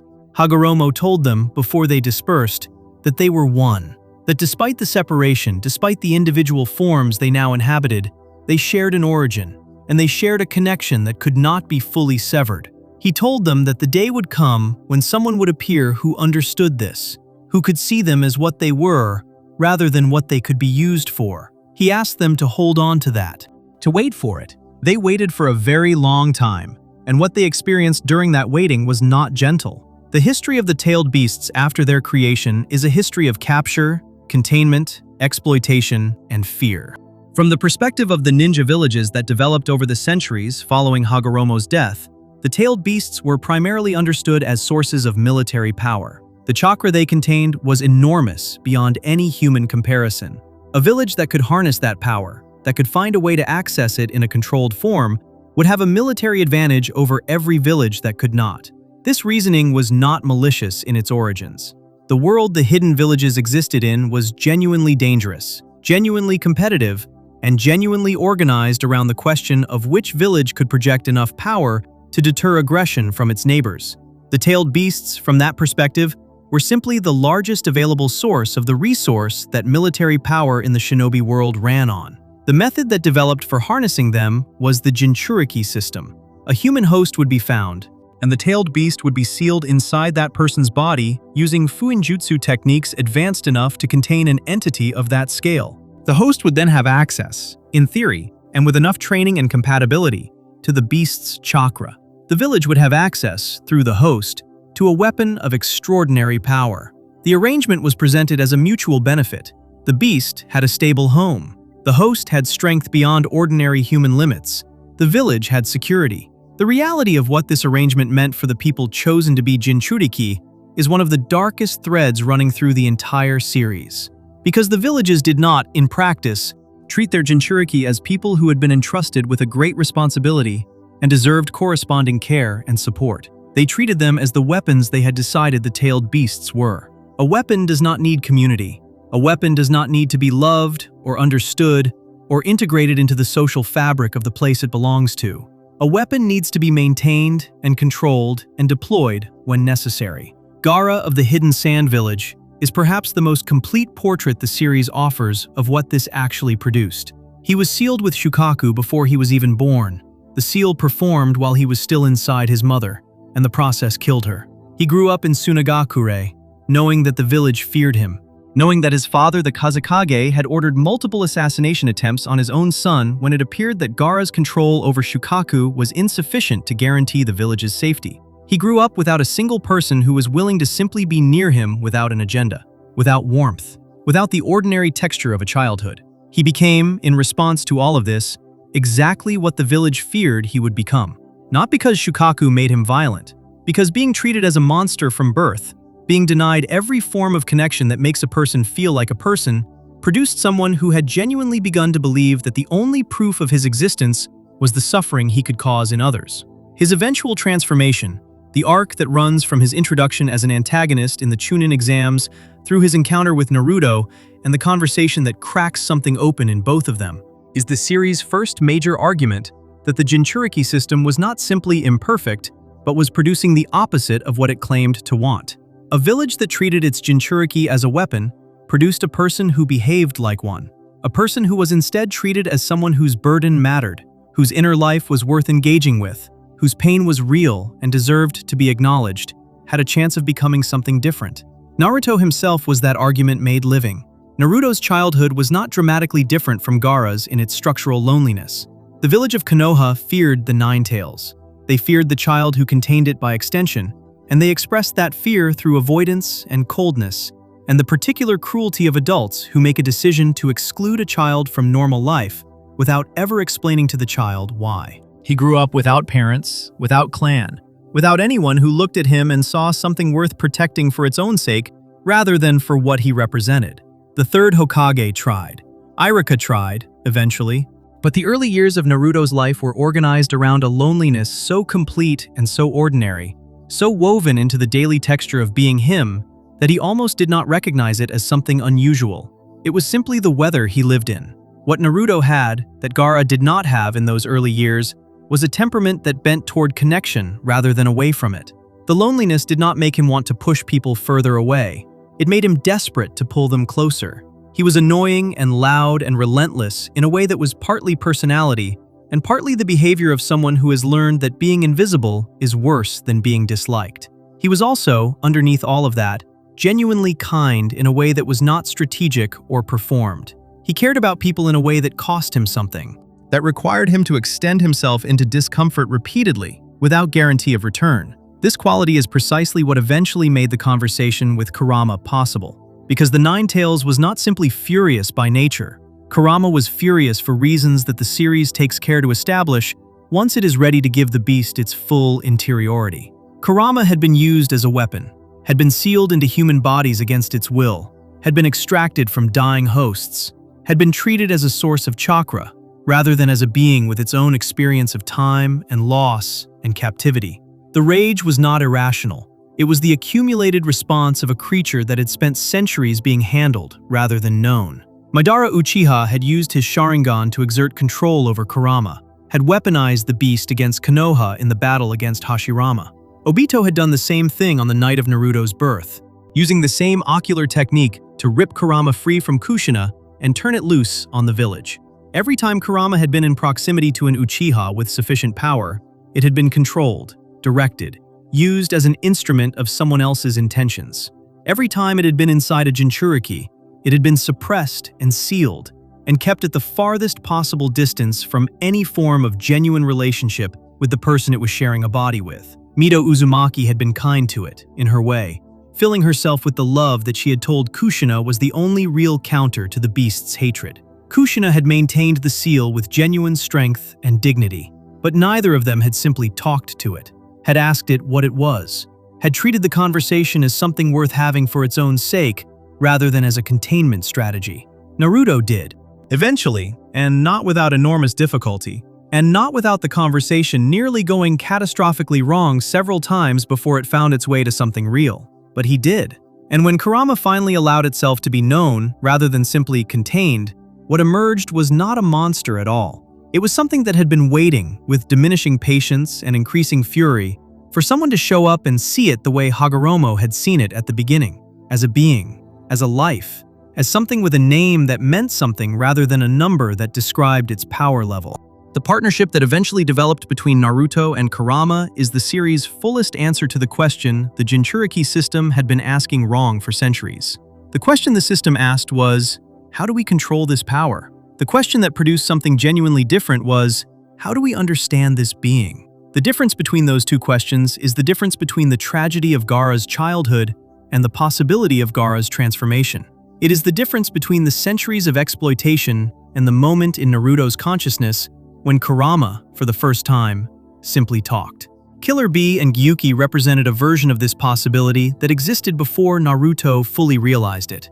Bee had developed a genuine partnership with the Eight Tails through a combination of unusual personal openness and a refusal to treat Gyuki as something to be managed rather than known. Their relationship was easy in a way that made other Jinchuriki's experiences look more strained by comparison. Not because Bee had special techniques or superior ceiling, but because he had approached the situation as a relationship, rather than a containment problem from the beginning. Gyuki responded to that accordingly. The other tailed beasts, those whose Jinchuriki were less fortunate, experienced the system in its more typical form. Yugito Ni of the Hidden Cloud carried Matatabi with enough control to access the beast's power in battle, but was ultimately captured by Akatsuki and died when the Two Tails was extracted from her. Yagura, the fourth Mizukage of the Hidden Mist, had Isobu sealed within him, but was under Obito's genjutsu control for significant portions of his leadership, meaning that both the Mizukage and the tailed beast inside him were being used simultaneously as instruments of someone else's agenda. Roshi carried Son Goku and developed enough of a relationship with the Four Tails to access its lava-natured abilities, but still died when Akatsuki extracted the beast. Han, Fu, and Utakata, the hosts of the 5, 7, and 6 Tails respectively, all met the same end, all captured by the Akatsuki's systematic campaign to collect every tailed beast for the purpose of sealing them into the Gedo statue, and eventually into a single, reconstituted 10 Tails. The Akatsuki's collection mission is a subject that will be addressed more fully in the next section, but what it meant for the tailed beasts specifically was another layer of objectification on top of centuries of the same. They were being gathered, extracted from the humans who carried them, sealed into a statue like objects being placed in storage.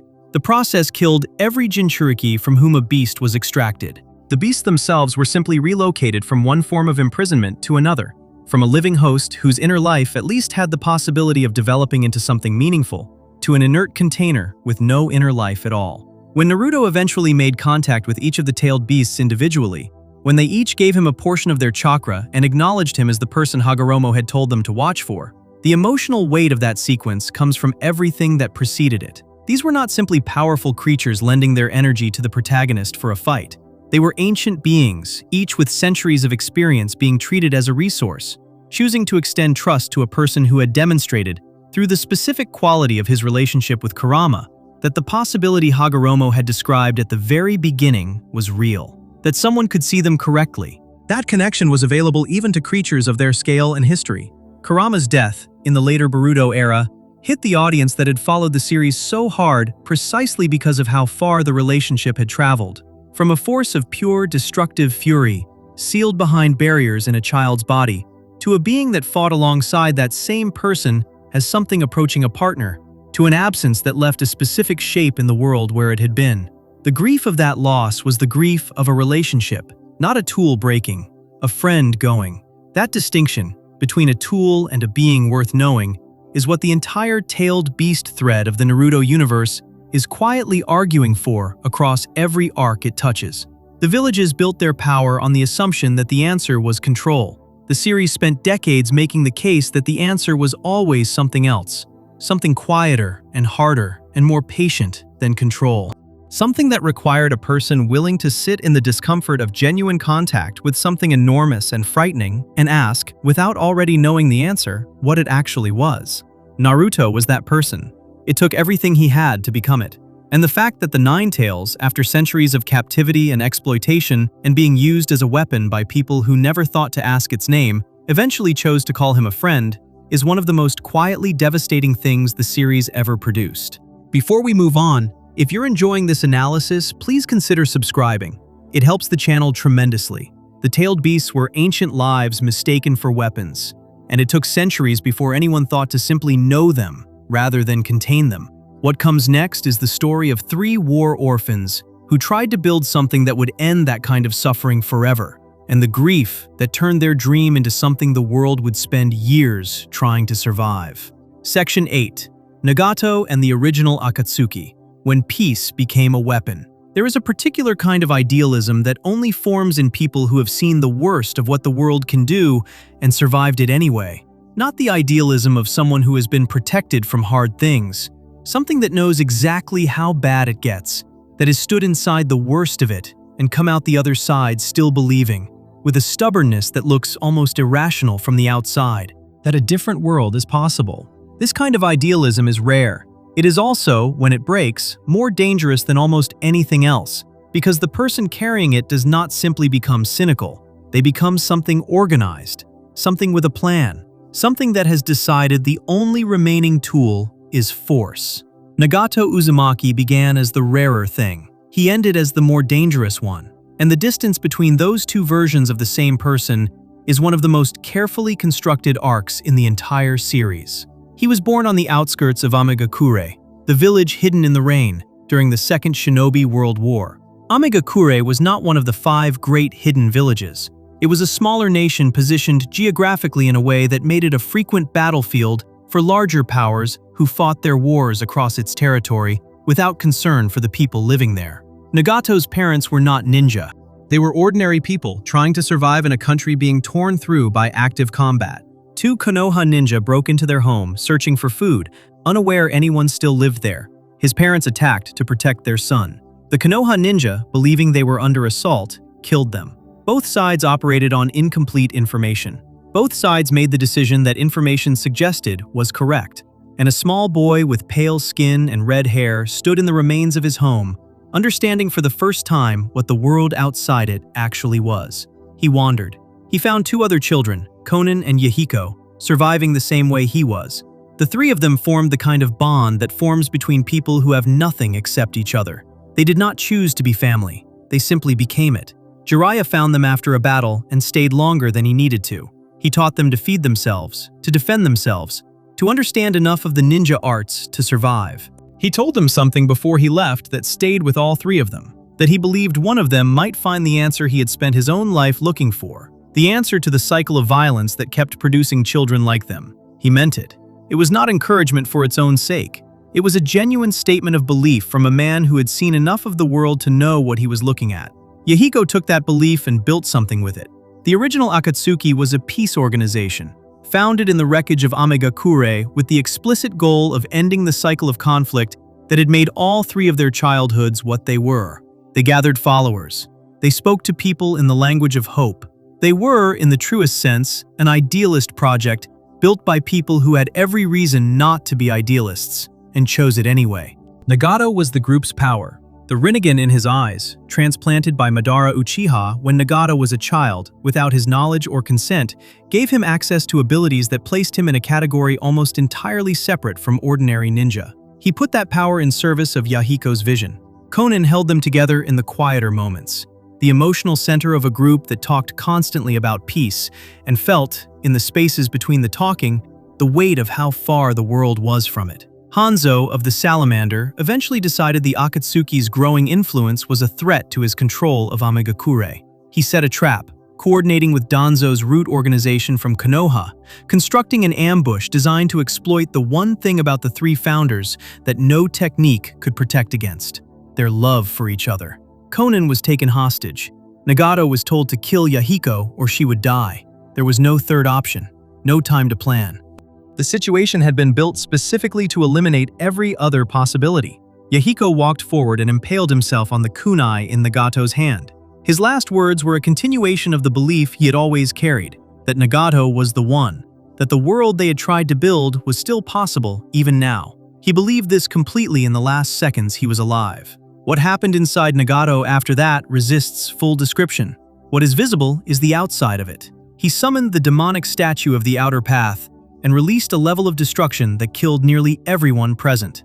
Hanzo escaped, but Nagato had found his purpose in that clearing, and it was no longer peace. Obito arrived with an offer. He presented himself as Madara Uchiha and brought a version of the original vision reworked around a scale only Nagato's abilities made possible, the infinite Tsukuyomi, a genjutsu of planetary scope that would place every living person inside a shared dream, eliminating conflict by eliminating genuine contact with a world that could produce it. It was not Yahiko's vision. Yahiko's vision required people to choose peace. This imposed it, at the cost of everything that made the people experiencing it real. Nagato accepted, not because he failed to understand the difference, because Yahiko was dead, and the world that had killed him was still running exactly as it always had. He needed a new framework. Obito provided one. He became pain. He built the 6 paths of pain from the corpses of ninja who had crossed his life, with Yahiko's body serving as the primary face of the operation. Using Yahiko's face to lead an organization that had become the opposite of what Yahiko built was either the most profound act of mourning Nagato could manage, or the most complete demonstration that he had lost access to what Yahiko had been. Perhaps both simultaneously. The Akatsuki the series characters encounter, collecting tailed beasts and leaving destruction across the shinobi world, was built entirely on top of the grief of one person who had genuinely wanted something beautiful. Every terrible thing it did was downstream of the moment Yahiko chose to die, rather than make Nagato choose. Jiraiya came to Amigakure to investigate and died at Pain's hands. He decoded enough of the 6-path system in his final moments to send a message back to Konoha, scratched in code on a toad's back. The last act of a man who had believed his student might find the answer, dying without knowing that the message he sent would reach another student who would finish what he started. Naruto's confrontation with Pain did not end in killing. He sat in the ruins of Konoha and listened to a man who had every reason to believe the world deserved what he had given it, and told him that he did not have the answer either, but was going to keep looking anyway. Something in that stubbornness reached through the grief and doctrine that Pain had built around himself and found the Nagato underneath. The boy from Amigakure who had believed in something because Jiraiya believed in him. Nagato used the Rinne rebirth technique and gave his remaining life force to restore everyone killed in the assault on Konoha. He died restoring what he had destroyed, which is the closest thing to resolution available in a story with no clean ending. He called Naruto the third and final volume of a story Jiraiya had started, and he himself had been the failed middle of. He recovered, in the last moments of his life, some version of the belief that had originally made him worth knowing. Not enough to undo what he had done. Enough to make his last act something other than another expression of it. Conan parted the clouds over Amigakure after he died, letting light reach the village for the first time in years. It was an act of enormous trust from a person who had every reason to have run out of it entirely. The light fell on a village that had spent its whole history being used as the territory larger conflicts moved through, that had produced 3 children who tried to change that, and that now had to figure out what came next without any of them. Before we move on, if you're enjoying this analysis, please consider subscribing. It helps the channel tremendously. Nagato's story is the most complete portrait the series offers of what happens when a genuine desire for peace meets a world that keeps refusing it. What comes next is the single thread connecting all of these stories, running from Hagoromo's 2 sons all the way to Naruto and Sasuke, and what it means that the cycle kept repeating until 2 people finally chose differently. Section 9. The Cycle of Hatred. How the whole story was one long chain. There is a line that runs through the entire Naruto universe, like a thread pulled tight across centuries. It does not announce itself. It does not stop the story to explain what it is doing or why it matters. It simply runs, quietly and consistently, from the moment Hagoromo made his choice between 2 sons, all the way to the final valley where Naruto and Sasuke met for the last time, and the thread either held or broke, depending on what they decided to do with it. Once you see this line, the shape of the whole story changes.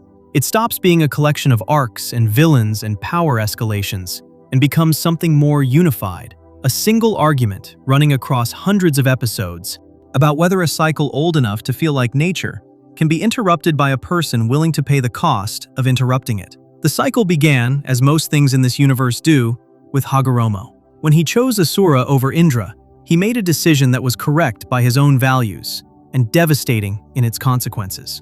Indra did not simply become angry and move on. He restructured his entire relationship with the world around the injury of that choice, building a philosophy that placed individual power above connection, that treated the self-sufficient genius as the highest form of human achievement and the need for others as a weakness to be overcome. Black Zetsu found that philosophy and fed it, sharpened it, gave it ideological coherence it might not have developed on its own. And then, Indra's descendants carried it forward, generation after generation, the Uchiha clan inheriting not just his chakra, but the emotional architecture he had built around his rejection. The intensity of their feeling, the depth of their attachments, the particular way their greatest power was born from their greatest losses.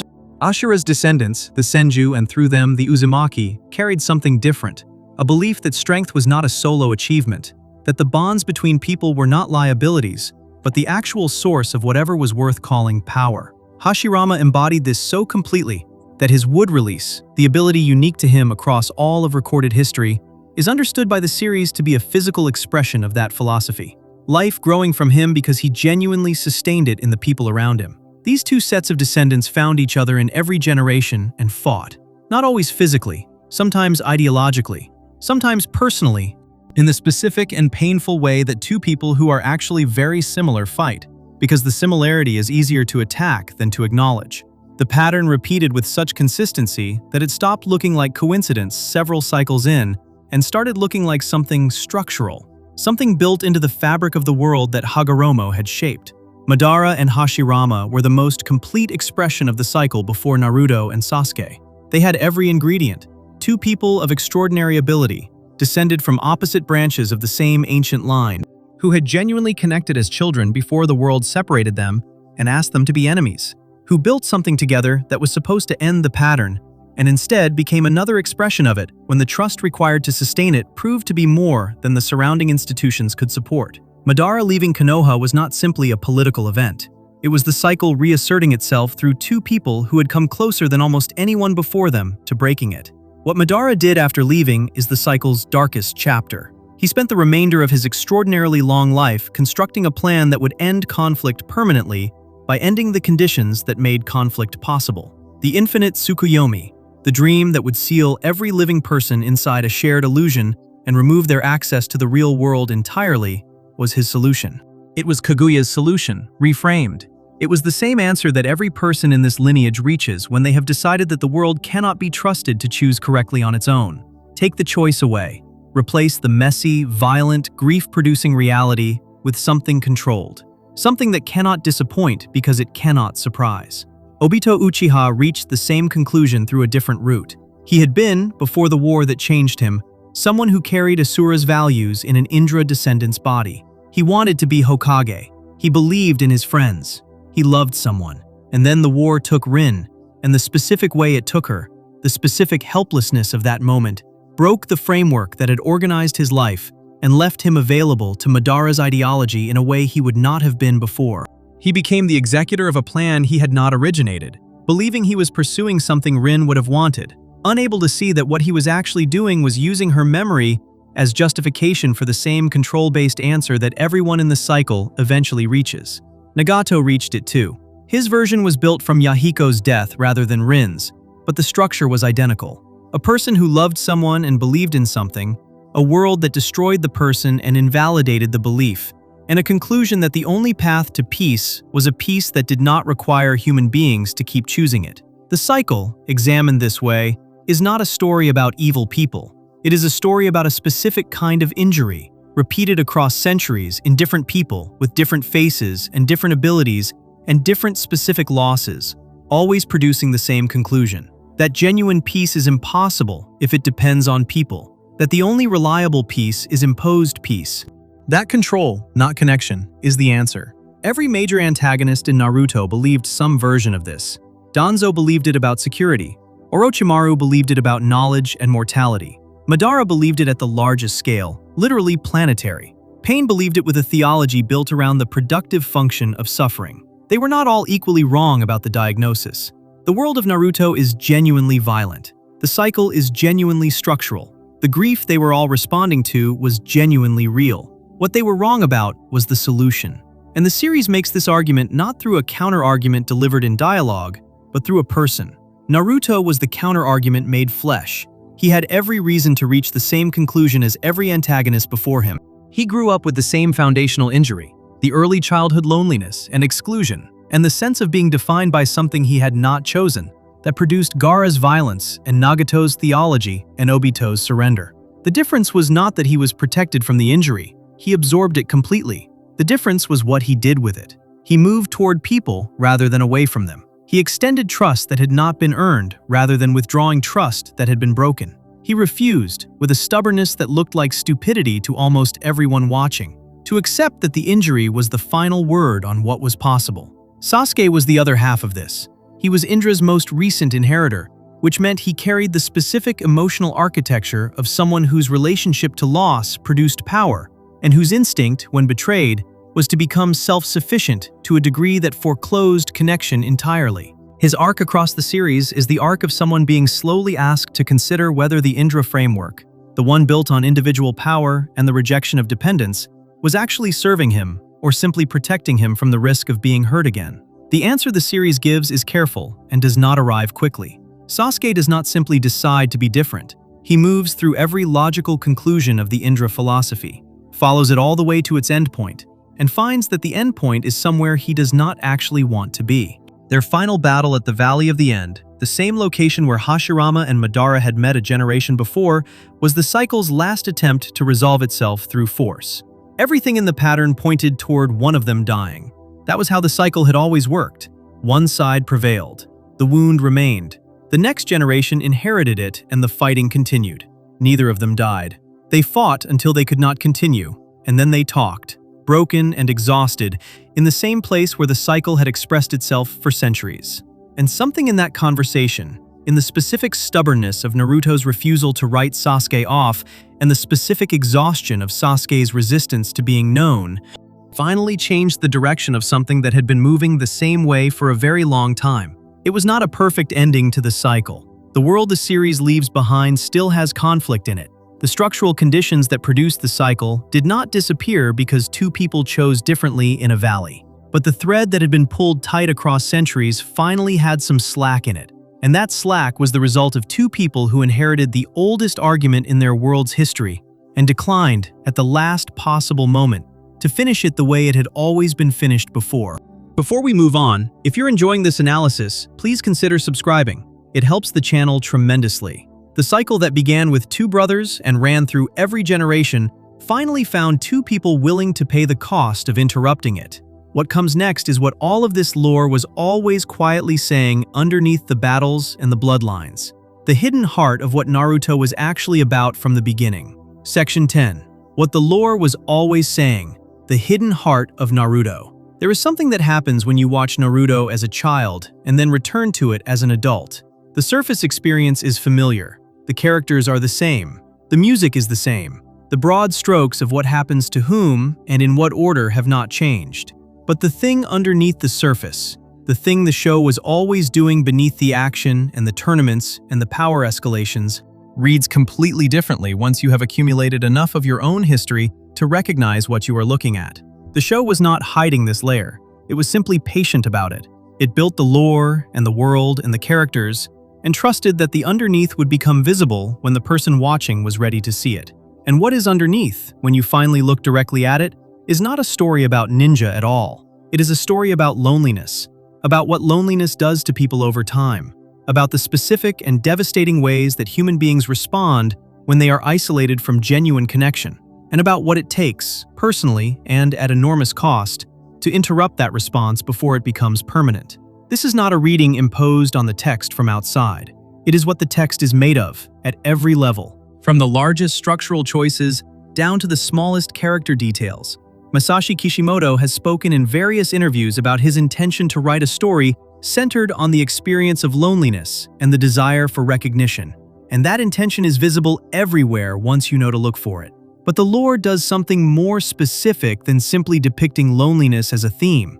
It constructs an entire cosmological explanation for why loneliness is the central problem of the world it takes place in, and it traces that problem all the way back to its source with a consistency that is genuinely remarkable across the span of a story that ran for 15 years. The source, as the lore eventually reveals, is not a character flaw or a political failure or a military conflict. It is a misunderstanding about the nature of chakra itself. When Hagoromo developed Ninshu, the philosophy and practice that preceded what the ninja world eventually turned chakra into, the entire point was connection.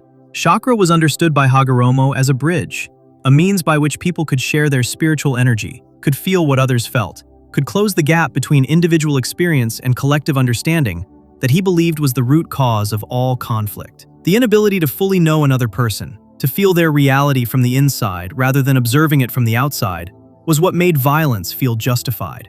If people could genuinely know each other, Hagoromo believed, they would not be able to sustain the cruelty that wars required. Ninshu was never supposed to be a weapon. It was supposed to be a language, a way of being in relationship with other people that made genuine understanding not just possible, but natural. Built into the practice of using chakra at all. What happened instead is the central tragedy that the entire lore is constructed around. Minshu became ninjutsu. The bridge became a weapon. The energy that Hagoromo designed for connection was redirected into techniques for combat, and the world that grew up around those techniques was organized not around understanding, but around power. The hidden villages were not built on the principle that people should know each other more fully. They were built on the principle that concentrated military capability was the only reliable guarantee of survival. The ninja system, with its ranks and its missions and its jinchuriki and its carefully managed distributions of tailed beast power across competing villages, was a system built entirely on the weaponized version of what Hagoromo had originally made for something else. This is why the cycle kept repeating.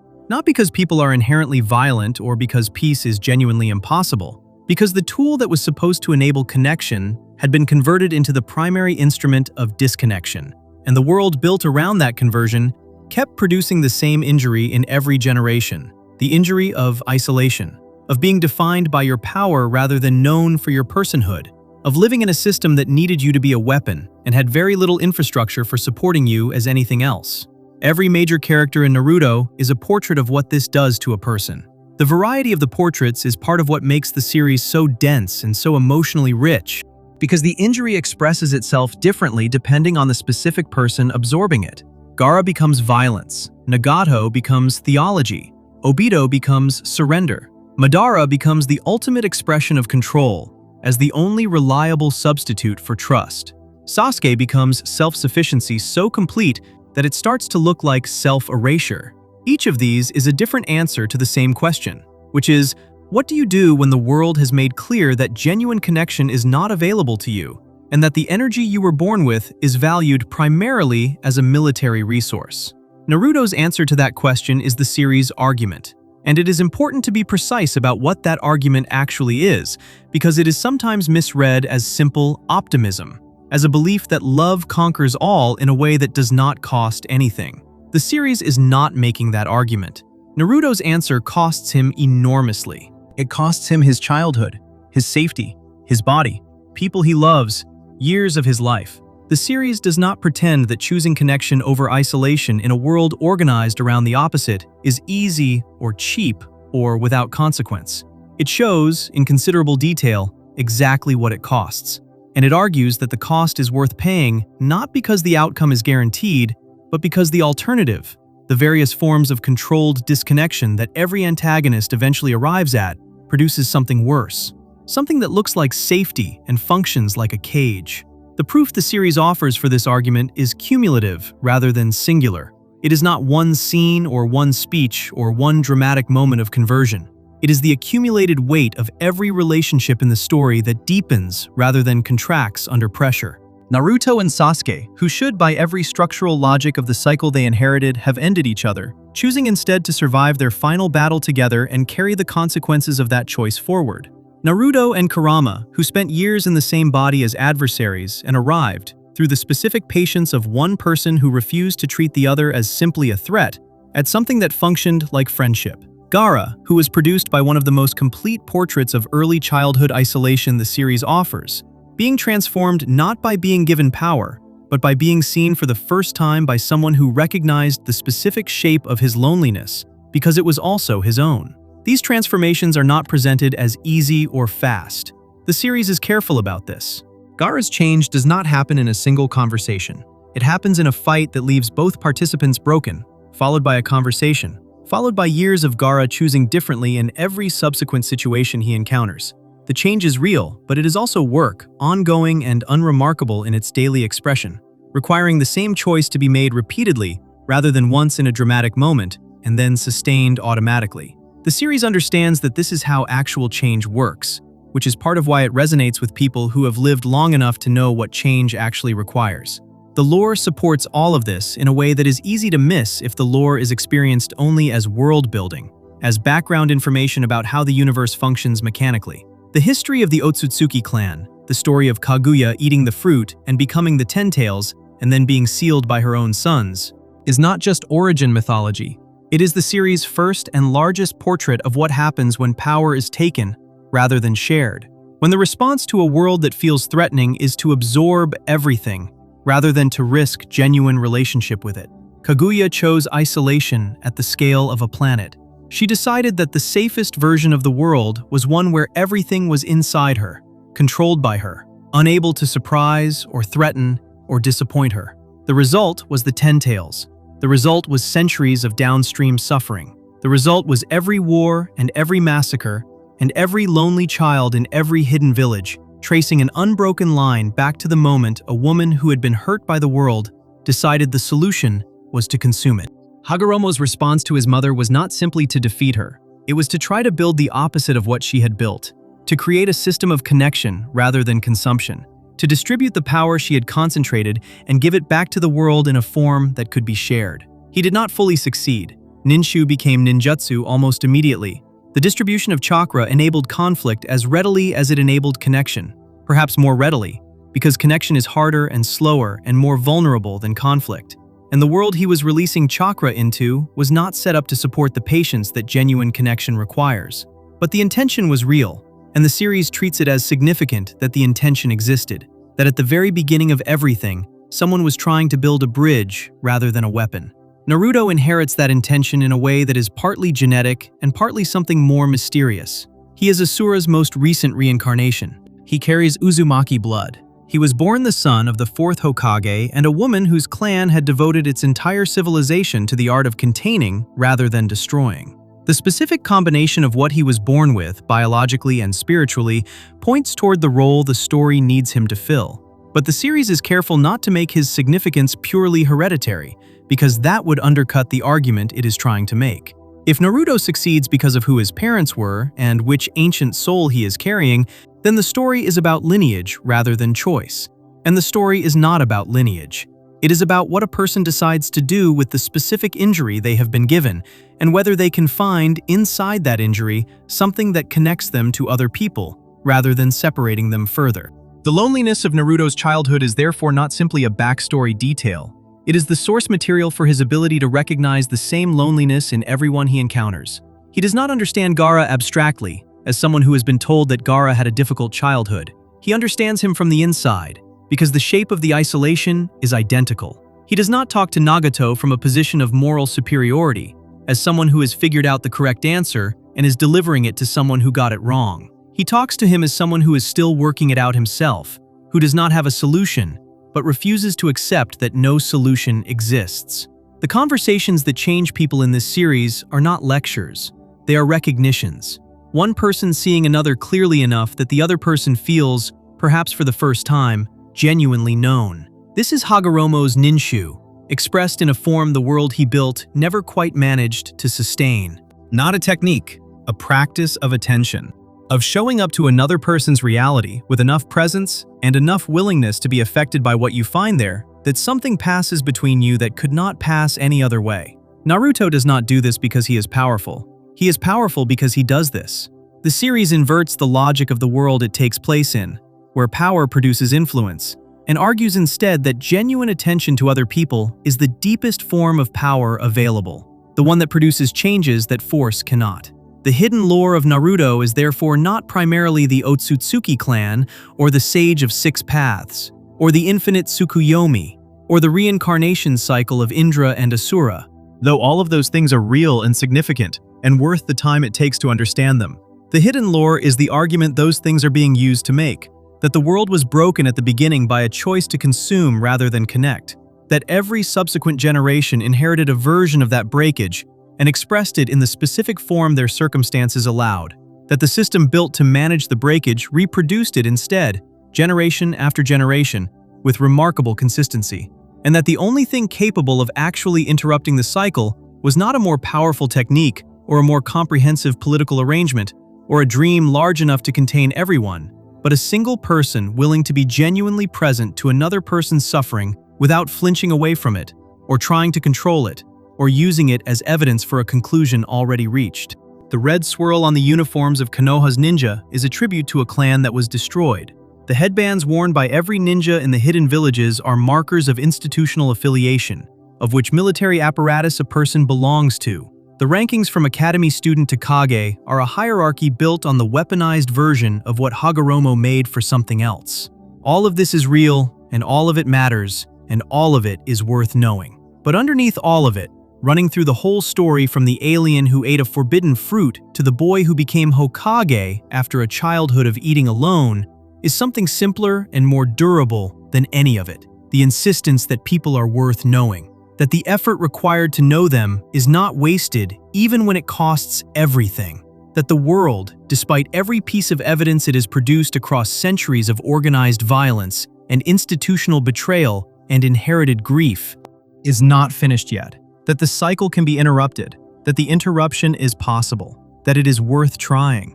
Naruto believed this before he had any evidence for it. He believed it through every year of the loneliness that should have made him stop believing it. He carried it into every conversation with every person the world had already decided was too far gone to reach. He was wrong sometimes. The belief cost him things he did not get back. But the series ends with the cycle having less momentum than it started with two people alive who should have killed each other, with a fox that chose to call a human its friend, with a village that put a light on the face of a child who had once eaten alone in it. That is what the lore was always saying. Underneath the cosmology and the bloodlines and the ancient wars and the secret histories, underneath everything, that connection is not naive, that it is the hardest and most necessary thing, and that a world which has forgotten this can be reminded of it, one person at a time, by someone stubborn enough to keep trying. If you enjoyed this video essay, make sure to subscribe, and I'll see you in the next video.